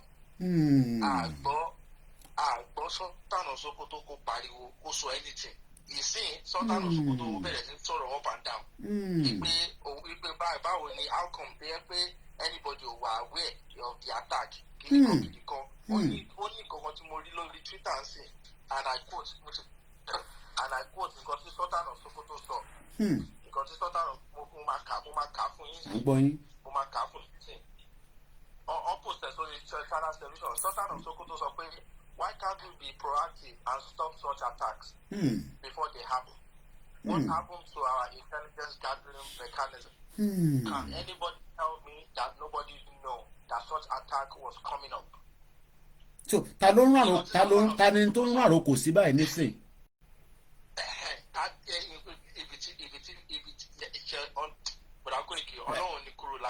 No, mo kàn ń béèrè ni mi ò mọ̀ because àmọ́ ẹni tó ń rán àròkò sí báyìí nísìn. The same place tẹ́ dúró sí yẹn the same place tẹ́mi náà dúró sí nìyẹn pé ok ìgbà tó ń sọ gbogbo kíní yẹn sìn ta ló ń bá sọ̀rọ̀ ta ló ń bá sọ̀rọ̀ ta ni Sultan of Sokoto tó ń bá sọ̀rọ̀ ń sìn ṣé àwọn ẹni tí Bọ́lá Tinubu ṣẹ̀ṣẹ̀ appoint sí position àbí Tinubu fúnra rẹ̀ Mr. Saudi Mr. Koikide play èdè tó máa ń sọ Nàìjíríà náà nìyẹn ó ń rán àròkò ní Sultan. èmi ò hate àwọn northerners o political game rádaràda tó máa play tó máa rò bí àwọn pé nìkan lèmi ò like ta ni Sultan of Sokoto ń bá sọ̀rọ̀ ló ń bá sọ̀rọ̀ lára tó ń bá àwọn èèyàn left and right kò jáde kò sọ̀rọ̀ eléyìí kò sọ ìsìn ìgbà tí Tinubu wà lórí oyè ìsìn ìgbà ló yẹ ṣe àwọn ọkọ ẹfẹ máa bí ìjà ní protect Tinubu báyìí because Sultan of Sokoto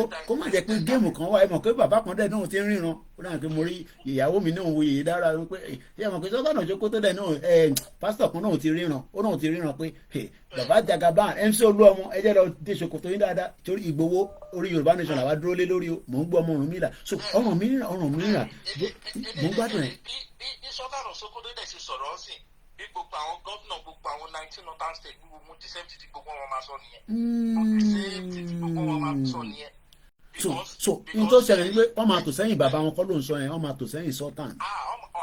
anything tí Sultan of Sokoto wá sọ the same thing ni gbogbo wọn máa bẹ̀rẹ̀ sí sọ ẹ máa rí in the next couple of months nsìn gbogbo wọn máa bẹ̀rẹ̀ sí sọ̀rọ̀ sí the same direction the same thing tí Sultan ẹ̀dẹ̀mẹ́rin tó máa kọ́kọ́ bẹ̀rẹ̀ láàrin gbogbo wọn kí lorúkọ ẹ El-Rufai ló máa kọ́kọ́ because El-Rufai hate Tinubu right now wọ́n hate Tinubu bàjẹ́ so El-Rufai ló máa kọ́kọ́ bẹ̀rẹ̀ propaganda yẹn ẹ kò máa rí àwọn. kò ní lè ní àti ra ọmọ Ọ̀rúnmìlà mo disagree bẹ́ẹ̀ yẹn a lè agree mo ti bẹ́ẹ̀ jà bẹ́ẹ̀ yẹn àwa Ìjẹ̀bú tá a ṣe fún gbọ́ba níyì of Ìjẹ̀bú land kò lè má bẹ́ẹ̀ jà o mo ṣe fún El-Rufai ní gbọ́ba níyì kódà mo wá tún rán pé kó bá ń lọ kí Ọbásanjọ́ ó náà jẹun gan oníyàwó Ọbásanjọ́ sọ bẹ̀ fóun ìyàwó Ọbásanjọ́ kọ̀ bẹ́ẹ̀ mi jà nígbà tí mo lọ sí event kan tó ṣe ní abúlé wọn yẹn tó òun ló invite mi wá ní did I invite you àwọn security ẹni bóyá máa ń ta sí lórí nìyẹn Mr. Koiki ẹ má bínú. tá bá béèrè lọ́wọ́ El-Rufai kí ni role and responsibility òun náà máa kó development wa tó fẹ́ tó sọ fún wa ní gbogbo róòlù yẹn necessary. kí ló kan gbọ́ba níyà àti development. ó náà máa kó development wá wọ́n ti ń prepare fún 2031 nìyẹn so tí ó bá débẹ̀ ṣèbí short man devil yóò rí nǹkan kan ṣe ẹ lọ wo bí me and you dey on Twitter now you know see the thing wey Ren you know see the thing wey Ren write about short man devil ni last week you see the article now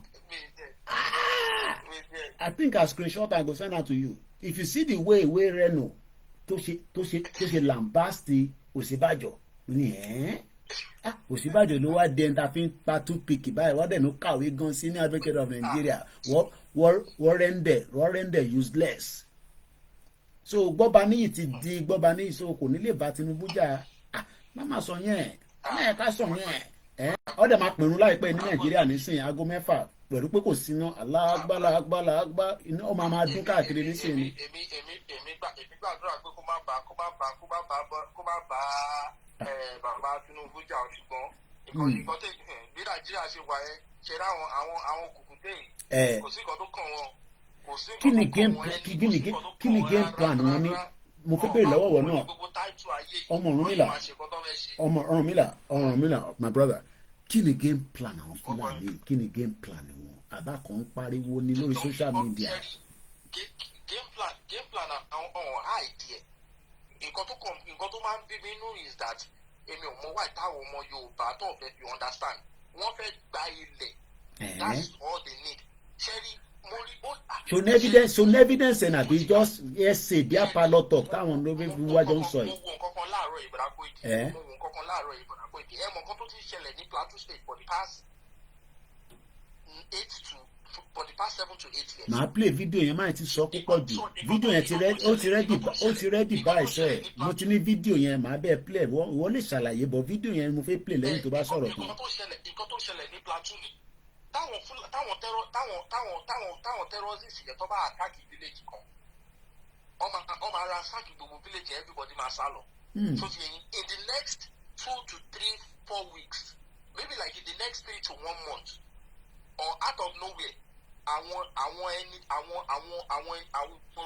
àwọn random people ọkọ̀ máa take over village yẹn ni dé pé gbogbo àwọn other communities ọmọ máa rí àwọn people yẹn wọ́n dá wọn mọ̀ wọ́n dàbí aliens sí wọn tó ti yé ní ọkọ̀ máa wá dédé wá take over village yẹn ni out of nowhere tó bá tún yá out of nowhere ọmọ àti wá attack another village ẹ tó ṣẹ́jú pé another set of people ọmọ àti wá take over village yẹn before you know ọmọ àti wá attack another village. ṣèbí Plateau nìyẹn wọ́n lè ṣe é nílẹ̀ Yorùbá náà kí làwa ń wọ́rì fún wọ́n lè ṣe é ní South West. bọ̀dá Koiki kí ni distance Plateau sí South West. àwọn gómìnà wa máa protect wa ẹ máa dẹ́rù bà gbogbo wa Ṣèyí Mákindé wà ń bẹ̀ á defend wa lọ́yọ̀ state Dàpọ̀ Abíọ́dún gan gbogbo Ògùn state. bọ̀dá Koiki gbogbo àwọn ọmọ káàró ìdílé tó sá lọ sí bẹ̀rẹ̀ recovery tó sá lọ sí ọkọ̀ lọ gba tẹ́gùn míì ni wọ́n lọ gba tẹ́gùn míì ni wọ́n lọ gba tẹ́gùn míì. kí ni Ṣèyí Mákindé sọ kò sọ kankan. bí a kò mọ̀ kọ́ wà ń bẹ̀. ìwọ lọ claim asylum ni ìbí àwọn náà claim asylum labroad ìyẹn ò lè nà. bọ̀dá Koiki ṣe dáwọn problem ta ní nílẹ̀ Yorùbá àwọn political leader wa àwọn political leaders wa àwọn elite wa àwọn political leaders wa àwọn elite wa wọ́n dẹ̀ tẹ̀síwá lójú ní Christmas igun rẹpẹtẹ ni mo kàn ń rí fídíò oríṣiríṣi. ṣẹ́rí bọ̀dá Koiki ẹ̀mọ́ kan tí mo máa ń béèrè lọ́wọ́ àwọn ọmọ káàró jìnnì tó bá yẹ pé olóyè Sunday Igboho dìde nígbà tó dìde kí ni fate Yorùbá right now. ká dúpẹ́ fọlóyè nìyẹn o ká dúpẹ́ fọlóyè. bọ̀dá Koiki nǹkan tó lóye ṣe àwọn èèyàn púpọ̀ máa rò bóyá nǹkan kékeré ni ṣùgbọ́n ṣẹ́rí tó bá ń sọ pé a small stop is a mighty stop. nǹkan tó lóye ṣe nìyẹn. ṣé gbogbo ẹ̀ náà la máa fi ṣe la máa fi ṣe jìgìjìgì nígbà tẹ ní àwọn èèyàn lè rí nǹkan tó lóye ṣe àwọn èèyàn lè rí pé nǹkan kékeré is a minor thing is a minor thing okay agree mo agree pẹ̀lú wọn is a minor thing. But it took a very very big effect. Very big effect. Effect ẹ̀ ni. Ẹ̀gbọ́n tí kan ní tó bá ń gbọ́ Ìgbòho báyìí wọ́n á máa yá dànù ni ìgbé á máa gbọ̀n gbogbo á máa ṣe òun pé owó orí rẹ̀ jájọ́ tó ti bí o. ṣẹ́ni bọ̀dá Koiki Sherry, there's something about mo kí bàbá wa Adéyẹmí Ọláyẹmí káàbọ̀ sá. táwọn èèyàn bá fẹ́ attack ibì kan ọmọ attack ibì yẹn with a full force. So but in their process of attacking a place with a full force tó bá rí distraction tó block wọn lọ́nà ọmọ ní láti padà láti lọ re-strategize láti conquer distraction yẹn nǹkan tó lóye ṣe nìyẹn olóye pause ibẹ̀ yẹn wọ́n ń bọ̀ pẹ̀lú full force olóye rẹ̀ pause yẹn wọn parí gbogbo ẹ̀ wọn stop gbogbo ẹ̀ 100% o but olóye fi stop sí pé ẹ gbọ́dọ̀ kọjá bẹ̀ yẹn. Stop gap ó dàbí tí wọn bá sílẹ̀kùn inú léèyàn yẹn á fi irú tèmi ní sàmbá ti fi bá fi ṣe program bá máa yọ kí ni stop gap yẹn kó má kẹ́kọ̀ọ́ má máa lọ sókè ìyàwó mi á ní ṣe mọ̀ fáwọn ọmọ ti sùn kí má yẹ káríwò yẹn kó wá sókè màá wá yọ stop gap yẹn màá wá tilẹ̀kùn. Thank you. So nísìn àwọn ẹni tó fẹ́ wá gba ilẹ̀ Yorùbá. Bẹ́ẹ̀ni sà. Momentum tó ń gbé bọ̀ yẹn olóye ti stop momentum yẹn. Ẹ bá àwọn kan ní olóyè wọn olóyè kàwé wàhálà yìí ti pọ̀ jù kí ló dé Ìgbòho nìkan ní tẹ́ ń pariwo ẹ̀ káàkiri mo kí ẹ bàbá mi Akeem Ayọ̀délé káàbọ̀ sà. Sàlámù aleykum mo kí ẹ gbọ́ mùsùlùmí. Bùrà Kóìkì bàbá Tinubu kan sọ nínú campaign rally yẹn ní pé you do not need a certificate to know how to cock a gun. Wow. Bàbá Tinubu sọ náà ó sọ pé cock and shoot. Jagaban.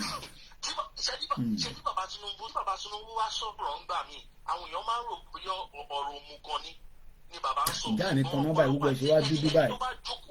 ẹni tó bá jókòó tó bá ru ọ̀rọ̀ bàbá Tinubu dáadáa ọ̀rọ̀ yẹn lè look funny o ṣùgbọ́n ọpọlọ wà nínú nǹkan tí bàbá yẹn máa ń sọ ńgbà ni.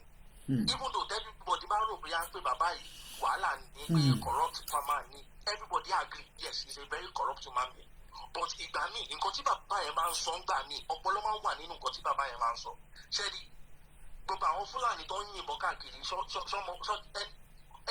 tábà mẹ́yọ̀ kan nu wọ́n pé ka 1 to 10 ó lè tiẹ̀ máa mọ 1 and 2 sọ. kò tiẹ̀ mọ 1 kò mọ 1 kò mọ 2 bọ̀ ó mọ bọ́ ṣe ń kọ́ kìbọn ó dẹ̀ mọ bọ́ ṣe ń ṣùtù rocket launcher.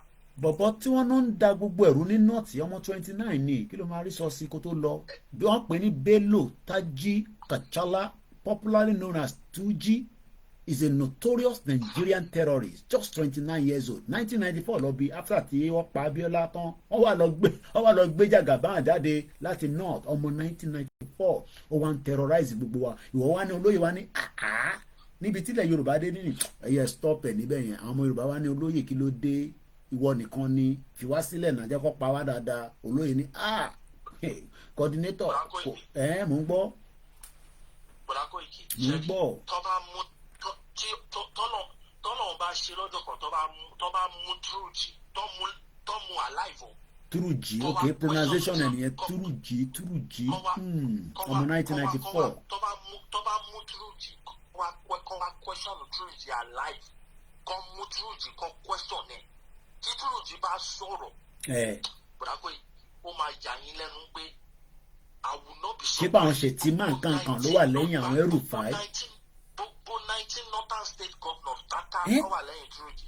bọ̀ àwọn tó tọ́jọ́ tí wọ́n support olóyè wọ́n kàn ní olóyè wàlẹ̀ ti pọ̀jù kó lọ jókòó jàre olóyè Ìgbòho wàlẹ̀ pọ̀. wọn ẹ mọ wáyé tí wọn lè support olóyè. because púpọ̀ nu wọn they wanna be the wọ́n fẹ́ jẹ́ pé àwọn gangan ni àwọn làwọn call the shot.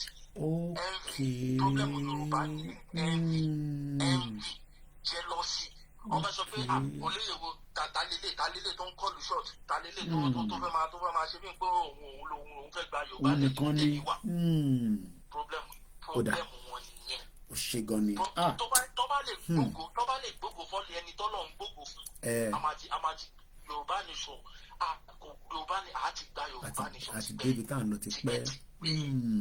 because momentum tá à ń bá lọ àfi jàgídíjàgan sí. àjà àbẹ anybody akàn campaign ni. nǹkan tá à ń sọ fún everybody is that we want to go back to the place that we were before the British drive their ship to our shores. That's what we are asking. èèyàn ará Amẹ́ríkà òyìnbó ńlá ńlá ni we're not having nothing more òyìnbó ńlá ńlá. àbèrè nothing more than that. bọ̀ ṣẹ́tọ̀ wa nìkan táwa ń béèrè yẹn ni àwọn kan ní kò ń ṣẹ̀tọ̀ wa ọ̀ ṣẹ̀tọ̀ wa ni ká máa béèrè. ṣe ń ṣètò wa. Olóyè ti sọ pé it is our right. ṣé dandan ni ká padà síbẹ̀ ni kí ló tà maintain ilé táwa náà yìí. À ń láti padà síbẹ̀. Torí pé èmi ò mọ̀ ọ́n mo ṣe ń béèrè ẹ mọ̀ pé mo dá kankan mọ̀ mo ń béèrè náà. The reason that need láti padà síbẹ̀ is that our land was taken from us by force. Èmi mà láìkí by force kẹ̀ wọ́n máa dáhùn kọ́ pààyàn ọ̀ṣẹ́ oríṣiríṣi kọ́ fi gbà nǹkan nìyẹn tó bá ní by force so kò ń ṣe pé wíìlì wa la fún wọn pé kọ́ sọ wá di ń tọ́ wa. No. So it's not by our, so what you're saying, ẹ jẹ́ kí n sọ òyìnbó, ẹ jẹ́ n sọ British English. So it's not by our will. Is that what you're saying? It is not. But Baba Awolowo, before Baba Awolowo kan tó lọ ṣe any conference ní Lancaster Hall. What was the thing that happened before that time? Before that time. Baba Awolowo was compelled to have those meetings. He has no choice. There was no choice. But I ẹ jẹ́ ká padà lọ sínú history. Mo ka àwọn history, mo ka history Nigeria before 1914 and after 1914 and what happened before 1960. Wow. Baba Awolowo was compelled to have those meetings. Wow.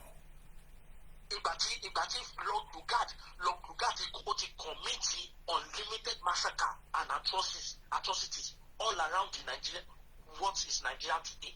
Both from River Niger and River Benue, in the north, in the south, in the east, in the west, in the Gold Coast, in everywhere. What you commit atrocity, unlimited atrocity, on every corner.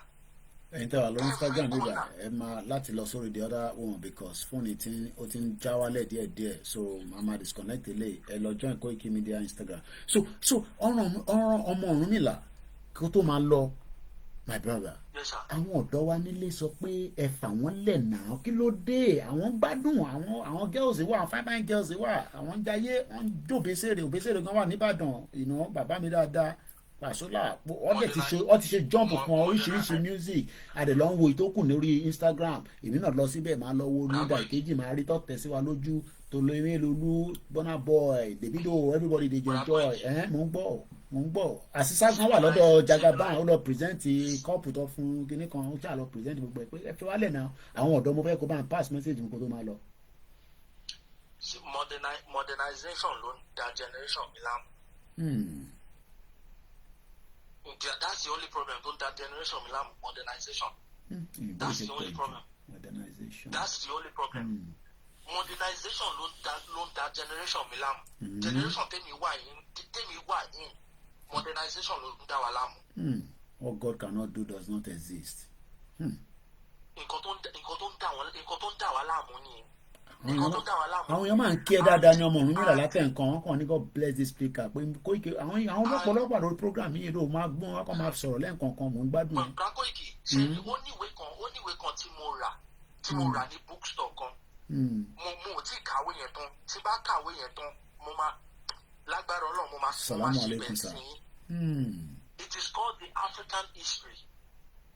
ìyẹn kan ní mo wà passion about suffering ní ẹ bá sọ bẹ́ẹ̀ mo gbà bẹ́ẹ̀ náà lálẹ́ yìí èyí tá a ti ń sọ látọdún mẹ́ta ẹ dá mi lóhùn mo ń gbádùn yín. ṣẹ́rí tí generation tèmi fọ́ sí tá bá fẹ́ ní liberation wà in a easy way gbogbo wa láti padà lọ sínú history.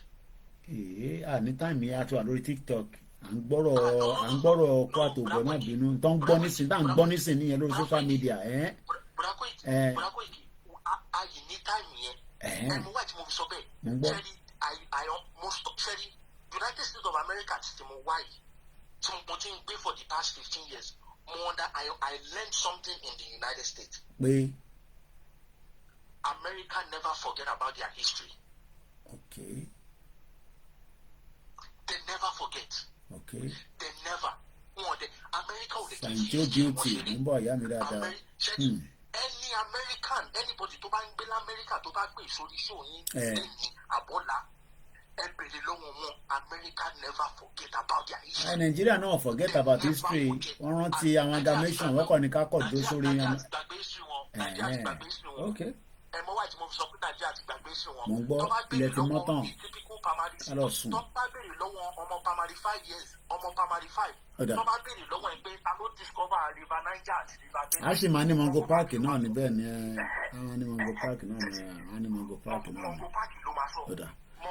ọmọ òun mìlá èmi àti gbádùn ọ̀rọ̀ yìí dáadáa má bínú pé a máa láti já kó já wálẹ̀ bẹ́ẹ̀ torí mo fẹ́ kó ju aago mẹ́ta lọ lóru náà ní ilẹ̀ ti mọ́ tán níbí báyìí ká lè lọ sùn ọmọ wa ṣe ń lọ kí jímọ̀ ní ọ̀sán àwọn ọmọ ìṣù náà máa lọ kí jímọ̀ lágbára Ọlọ́run ó ṣe gan ni jàre my brother ọmọ kan ọmọ ìṣù lèmi èmi dẹ̀ máa lọ kí jímọ̀ ká tó gba kọ́ọ̀lù mi mo ní pé bàbá mi Ọláìwọlá fẹ́ pè kọ́ máa ní Kóìkì ó mọ̀ọ́mọ̀ ò fẹ́ gbé kọ́ọ̀lù mi ni ẹ̀jẹ̀ ń gbọ́ látọ̀dọ̀ wọn wọ́n ní mò ń ṣẹ̀fẹ̀ lálẹ́ èyí tí mo ti ń ṣe látijọ́ ìkílẹ̀ ṣe sí gbogbo ẹ̀ ẹ̀jẹ̀ àgbọ́ látọ̀dọ̀ tiwọn nígbà táwọn ń pariwo àwọn kan tún lọ sọ́dọ̀ ìyá Dagboru ẹ̀wọ̀n náà ti gbàlú fún yín ṣé bọ́ ṣe ń gbàlú nìyẹn tó bá yá gbogbo wa máa jẹ breakfast ẹgbọ́n sókè ní kíákíá torí mo fi manage time tó kù ẹgbọ́n sókè àgbọ́yún o àbọ̀ ti múná lọ lọ́dọ̀ yín ni hello sir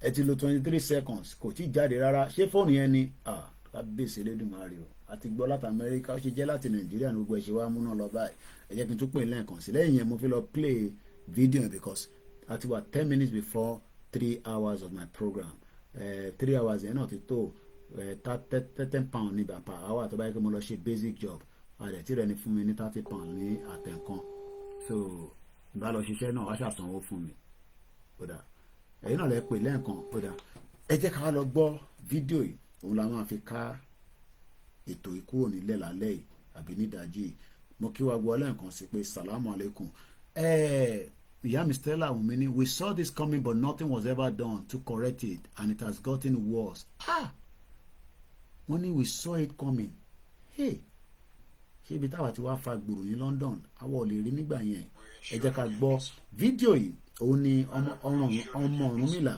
it is courtesy of Arise TV it's 3 minutes about 23 seconds màá fẹ́ kó jáde dáadáa sọ jẹ́ kí n tan speaker mi padà because mo ẹ má pè kí èèyàn kan má pè wá nísìnyí o mo fẹ́ ká gbọ́ program yìí ní bíbáyìí because this is the agenda pẹ̀lú àwọn Fúlàní terrorist tó bá jọmọ Yorùbá mo bẹ̀ ẹ́ tó bá jọmọ Igbo tó bá jọmọ any part of Nigeria or indigenous people let's listen to this right now. Will ensure that they are safe. But at the end of the day, you find out that a community it's being killed and sacked. From what you're seeing on the television now, is that these people have lost hope.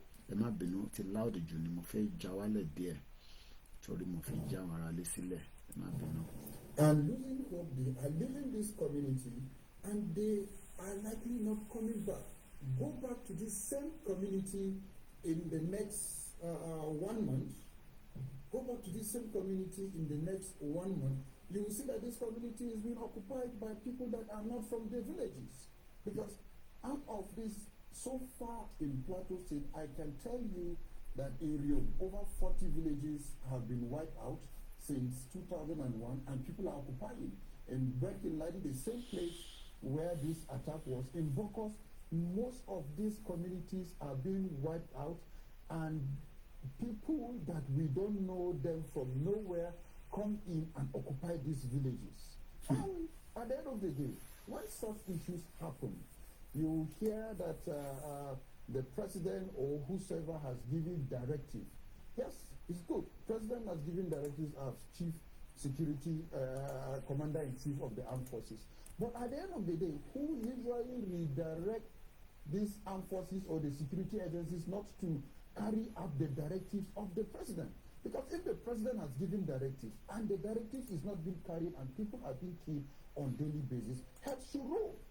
We have security formation, we have STF, we have the army, we have whatsoever formation as today, presently in Mangu local government that has enough security personnel, just 1 hour drive to the villages in Bokos, between Bokos and Berkinladi. What happened? On that same 26, there was a high form of show of force that security agencies within the Mangu axis on the main road. The same time that show of force was ongoing, was going on by security agencies, blocking roads, nobody could pass, showing the kind of armored cars they have, showing the fought the men there. That same time, people are being sacked in villages, in the hinterland, in Bokos. So what is the essence of what are you doing there? And at the same time, when intelligence show, when local intelligence, these people have they come on bikes, and on each bike is either like 3 people or two to three, and they can travel between one state to the other. It will take them not less than 30 minutes to 1 hour to travel. When they are moving from village to another, as bees are moving with motorbikes, people raise alarm. But when this alarm is being raised, we expect that security agencies should be proactive. But at the end of the day, nothing happened. You will see, you have intel that this thing is happening, is going to, you see movement of people on bikes, 3 in numbers, in hundreds of bikes. The next day or that same night, people are being sacked. And what is the essence, most of these checkpoints? What is the essence? Well, let's now balance it with this one. You've heard that the agenda is that people are taking our land. Yoruba say it is not, Igbo say it is not, Hausa say it is not. Let's listen to Tiwa Danjuma. This state is under assault. There's an attempt at ethnic cleansing in this state, and of course in all the riverine states of Nigeria. We must resist it. We must stop it. Every one of us must rise up. The armed forces are not neutral. They collude. They collude. They collude with the armed bandits that kill people, kill Nigerians. They facilitate their movements. They cover them. If you are depending on the armed forces to stop the killings, you will all die one by one. Wow. I pray we don't die one by one. Do we have a solution? I think we do. Let's listen to this. The cost of fuel has gone up. Food and other prices have followed it. Households and businesses struggling. Things seem anxious and uncertain. I understand the hardship you face. I wish there were other ways, but there's not. Wow. I'm going to turn the light on as I almost say the end of the road for tonight. But let's listen to this.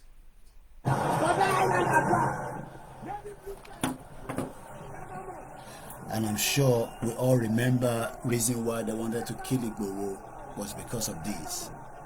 This video, you don't see Igboho, Igboho, Igboho, Igboho, Igboho, Igboho, Igboho, Igboho, Jẹ́kọ́mọ̀, yàgbọ́lẹ̀ nǹkan sí kí n fi tán náà. Kí wọ́n lọ fi fara gbá ṣé ọ̀.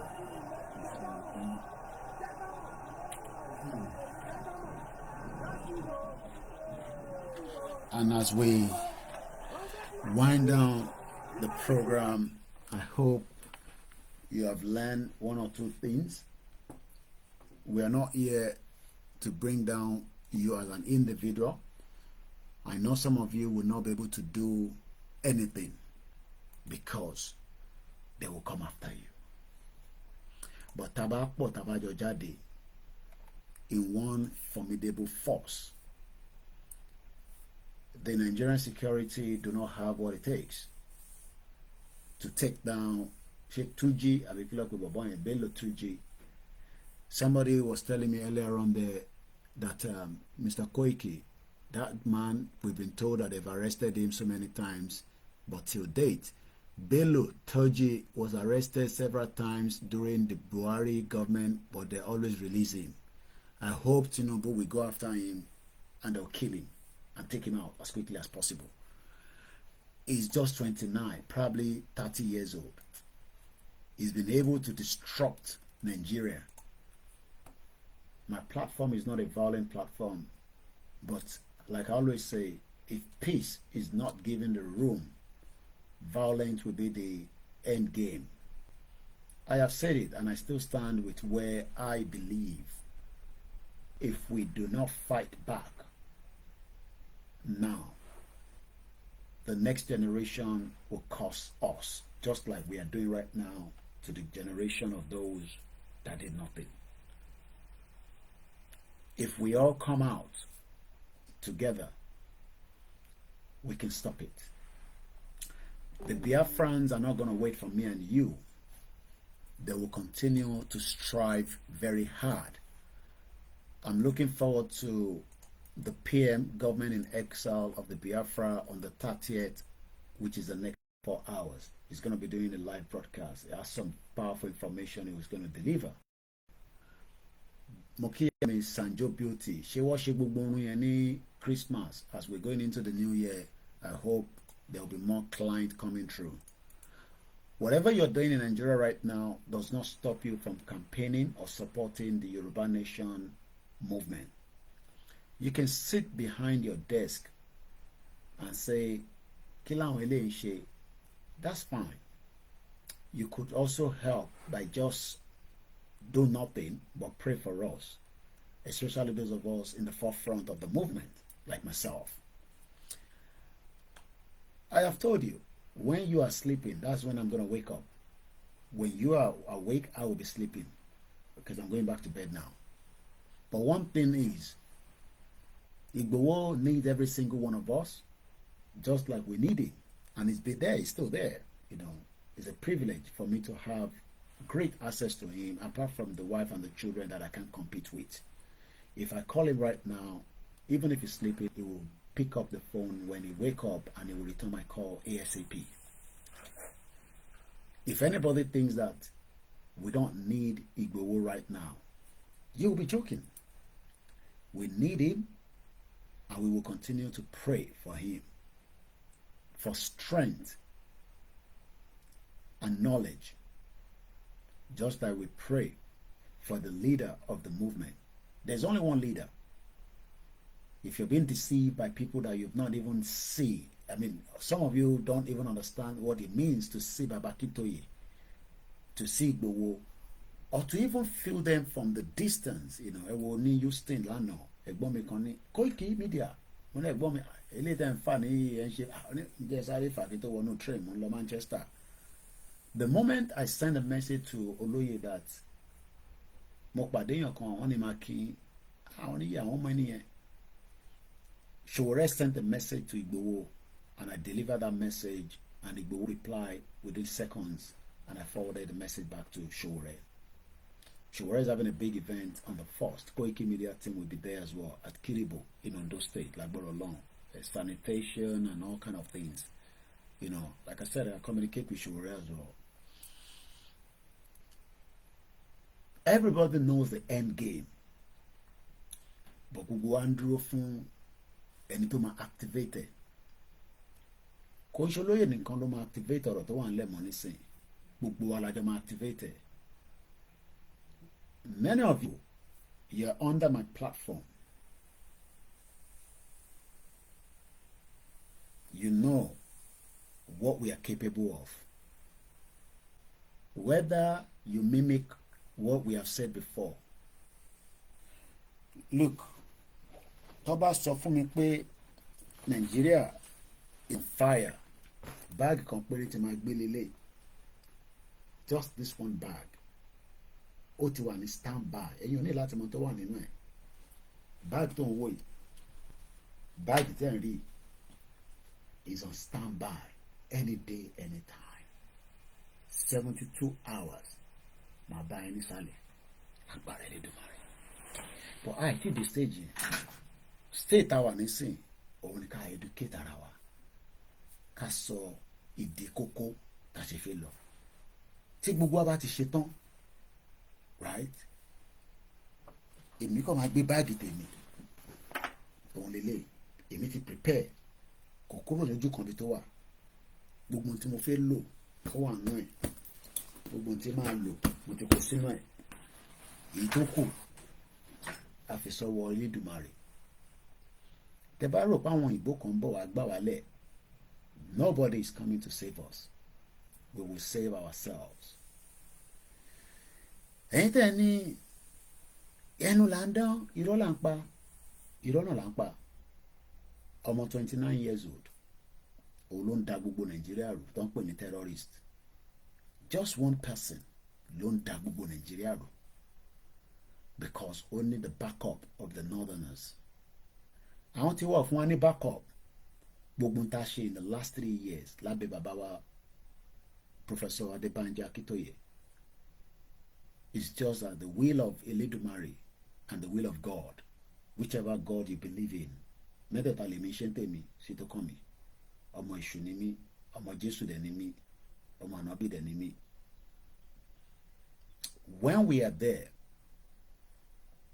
kò sẹ́ni kankan tó máa sọ fún wa pé ẹ stop when we get there nígbà yẹn the world that have not listened will listen. The Biafra are almost there, but they are not there yet. I understand most of you look at the Biafra as they are moving very fast. They are not there yet as well. Some of you have even said it's propaganda in one shape. Even if the propaganda is what they are doing, it has paved the way for them. I've heard people say, but you want to know ọ̀nà kan wọ́jà, elephant can be killed differently if you follow the right source. Èèyàn lè náà fẹ́ pa elephant kọ́ máa pa elephant yẹn kọ́ dẹ̀ máa deceive yẹn pé wọ́n pa elephant. We are killing that elephant, our Yoruba, and the way we are killing it so far is the information that I'm bombarding. Many of you cannot stop it. Ẹlòmíì wò pé ṣé kí bọ̀bọ̀ ìṣe wà awake kí ilẹ̀ tó mọ́ nísìn àlùkà máa jáde èyí dára máa jáde lálẹ́ ọmọlúkà bàbá èkìtì masbi òòṣà ńlá òòṣà the other one náà ẹ̀wọ̀n kó ṣà méjìlá ní òòṣà tọ́lá Yorùbá world media. I'm not talking about àwọn tó ń kàn blog tó ń ṣe tiwọn which èmi náà máa lọ wo ṣẹpẹtẹrì I love it I enjoy it máa lọ wo yẹn but I'm talking about àwọn tó ń sọ̀rọ̀ nípa ọ̀rọ̀ Yorùbá nation back to back ìyá ọmọ Ọbásanjọ́ Alájà Ẹlẹ́hà bàbá wa ọmọ Abíọ́dún Chapel and many like that. We have been able to kill the message tí wọ́n fi play mind wa our Yorùbá nation campaigner àti destroy yẹn mọ́ wọn lọ́wọ́ and they've not been able to find a solution to that. That is ibi táwọn ọmọ Yorùbá ti ní àwa la ní brain. Nnamdi Kanu gan mọ̀ pé Yorùbá ló ní media and tá a báyìí tí activate báwọn Biafra ẹ máa dúpẹ́ pé ẹ ní àwọn tí mo dárúkọ yìí àtẹni tí mo rántí àti Gbẹ̀du at any one of them that we have been able to showcase that the Yoruba's message of hope in information have killed the narratives of that shito olórí burúkú country tó ń pè Nigeria, and that is something that àwọn olóṣèlú yẹn wọn mọ bó ṣe fi stop ẹ. Ìtókù nísìn ni pé kákọ̀ play the last part and stop everything, and that last part yẹn àwa kò sẹ́yìn tẹ́tí gbọ́ mẹ́sẹ̀gì yẹn àtàwa tá ti prepare mind wa tọ́lá àwa kan ti prepare mind wa ọ̀la ló máa ṣẹlẹ̀ ni ọ̀túnla ló máa ṣẹlẹ̀ ni ìgbà tá a dájọ́ believe now believe because we gave a time frame with initial election and we stand with that but púpọ̀ nù yín you went back again along the line. Election ti ń bọ̀ ẹlòmíì rẹ̀ ti gbàgbé pọ́n tó gbé Yorùbá nation dání ẹlòmíì tó kúrò lórí ẹ̀ àtàwọn onírọ́ àwọn ti declare àwọn bomb bastard and declare and all that nonsense, and they took away from the reality. The reality, làwa gbé dání, àwọn ògbélùsàn dání. Yoruba nation is the final hope. Ó ń bọ̀, ó kù díẹ̀. Ìgbà tó fẹ́ dé, ẹ̀yà fi sọ́wọ́ Elédùmarè àti Jésù Kristi àtànábì. But these three are not coming down. Àwọn èèyàn tó wà nínú ẹ̀ la máa activated. Mo kí gbogbo alẹ́ nǹkan sí i. Bá ṣe ń wọ bẹ́ẹ̀dì lọ, oorun ayọ̀ la máa sùn. Tó bá wá ń lálàá pé ibi ń pa ẹ́, poverty Nàìjíríà ni. Ìyá kan lé ẹ, gbogbo yẹn fàbó ni. When the country is working to one air condition, ìwọ̀nba ló máa ronú pé ìyá kan lé ẹ. Èmi ò sọ pé kò sí o. But the problem in Nigeria today is poverty. And that poverty will kill us if we don't kill Nigeria. Good night. Orílẹ̀-èdè kàgbéga kàgbéga kàgbéga ìgbàgbọ́ láti bẹ̀rù ẹ jẹ́ ká máa ṣiṣẹ́ ká ṣiṣẹ́ o ẹ jẹ́ ká jọ ṣe o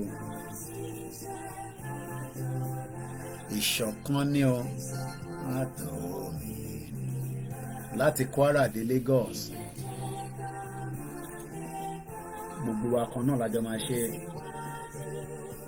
ọ̀pọ̀ ire mo kíyà tó bí mi lọ́mọ ó dàrọ̀ mọ́ bàbá fara gbàsáwọn Adéyẹmí dìde lásìkò yìí là ń sọ bàbá fẹ́ rí ọ̀nà lọ ìmọ́lẹ̀ tá à ń sọ òkùnkùn àti ìmọ́lẹ̀ ó yàtọ̀ gan òkùnkùn ti London gan ó yàtọ̀ sí ti Nàìjíríà òran yẹn la máa sùn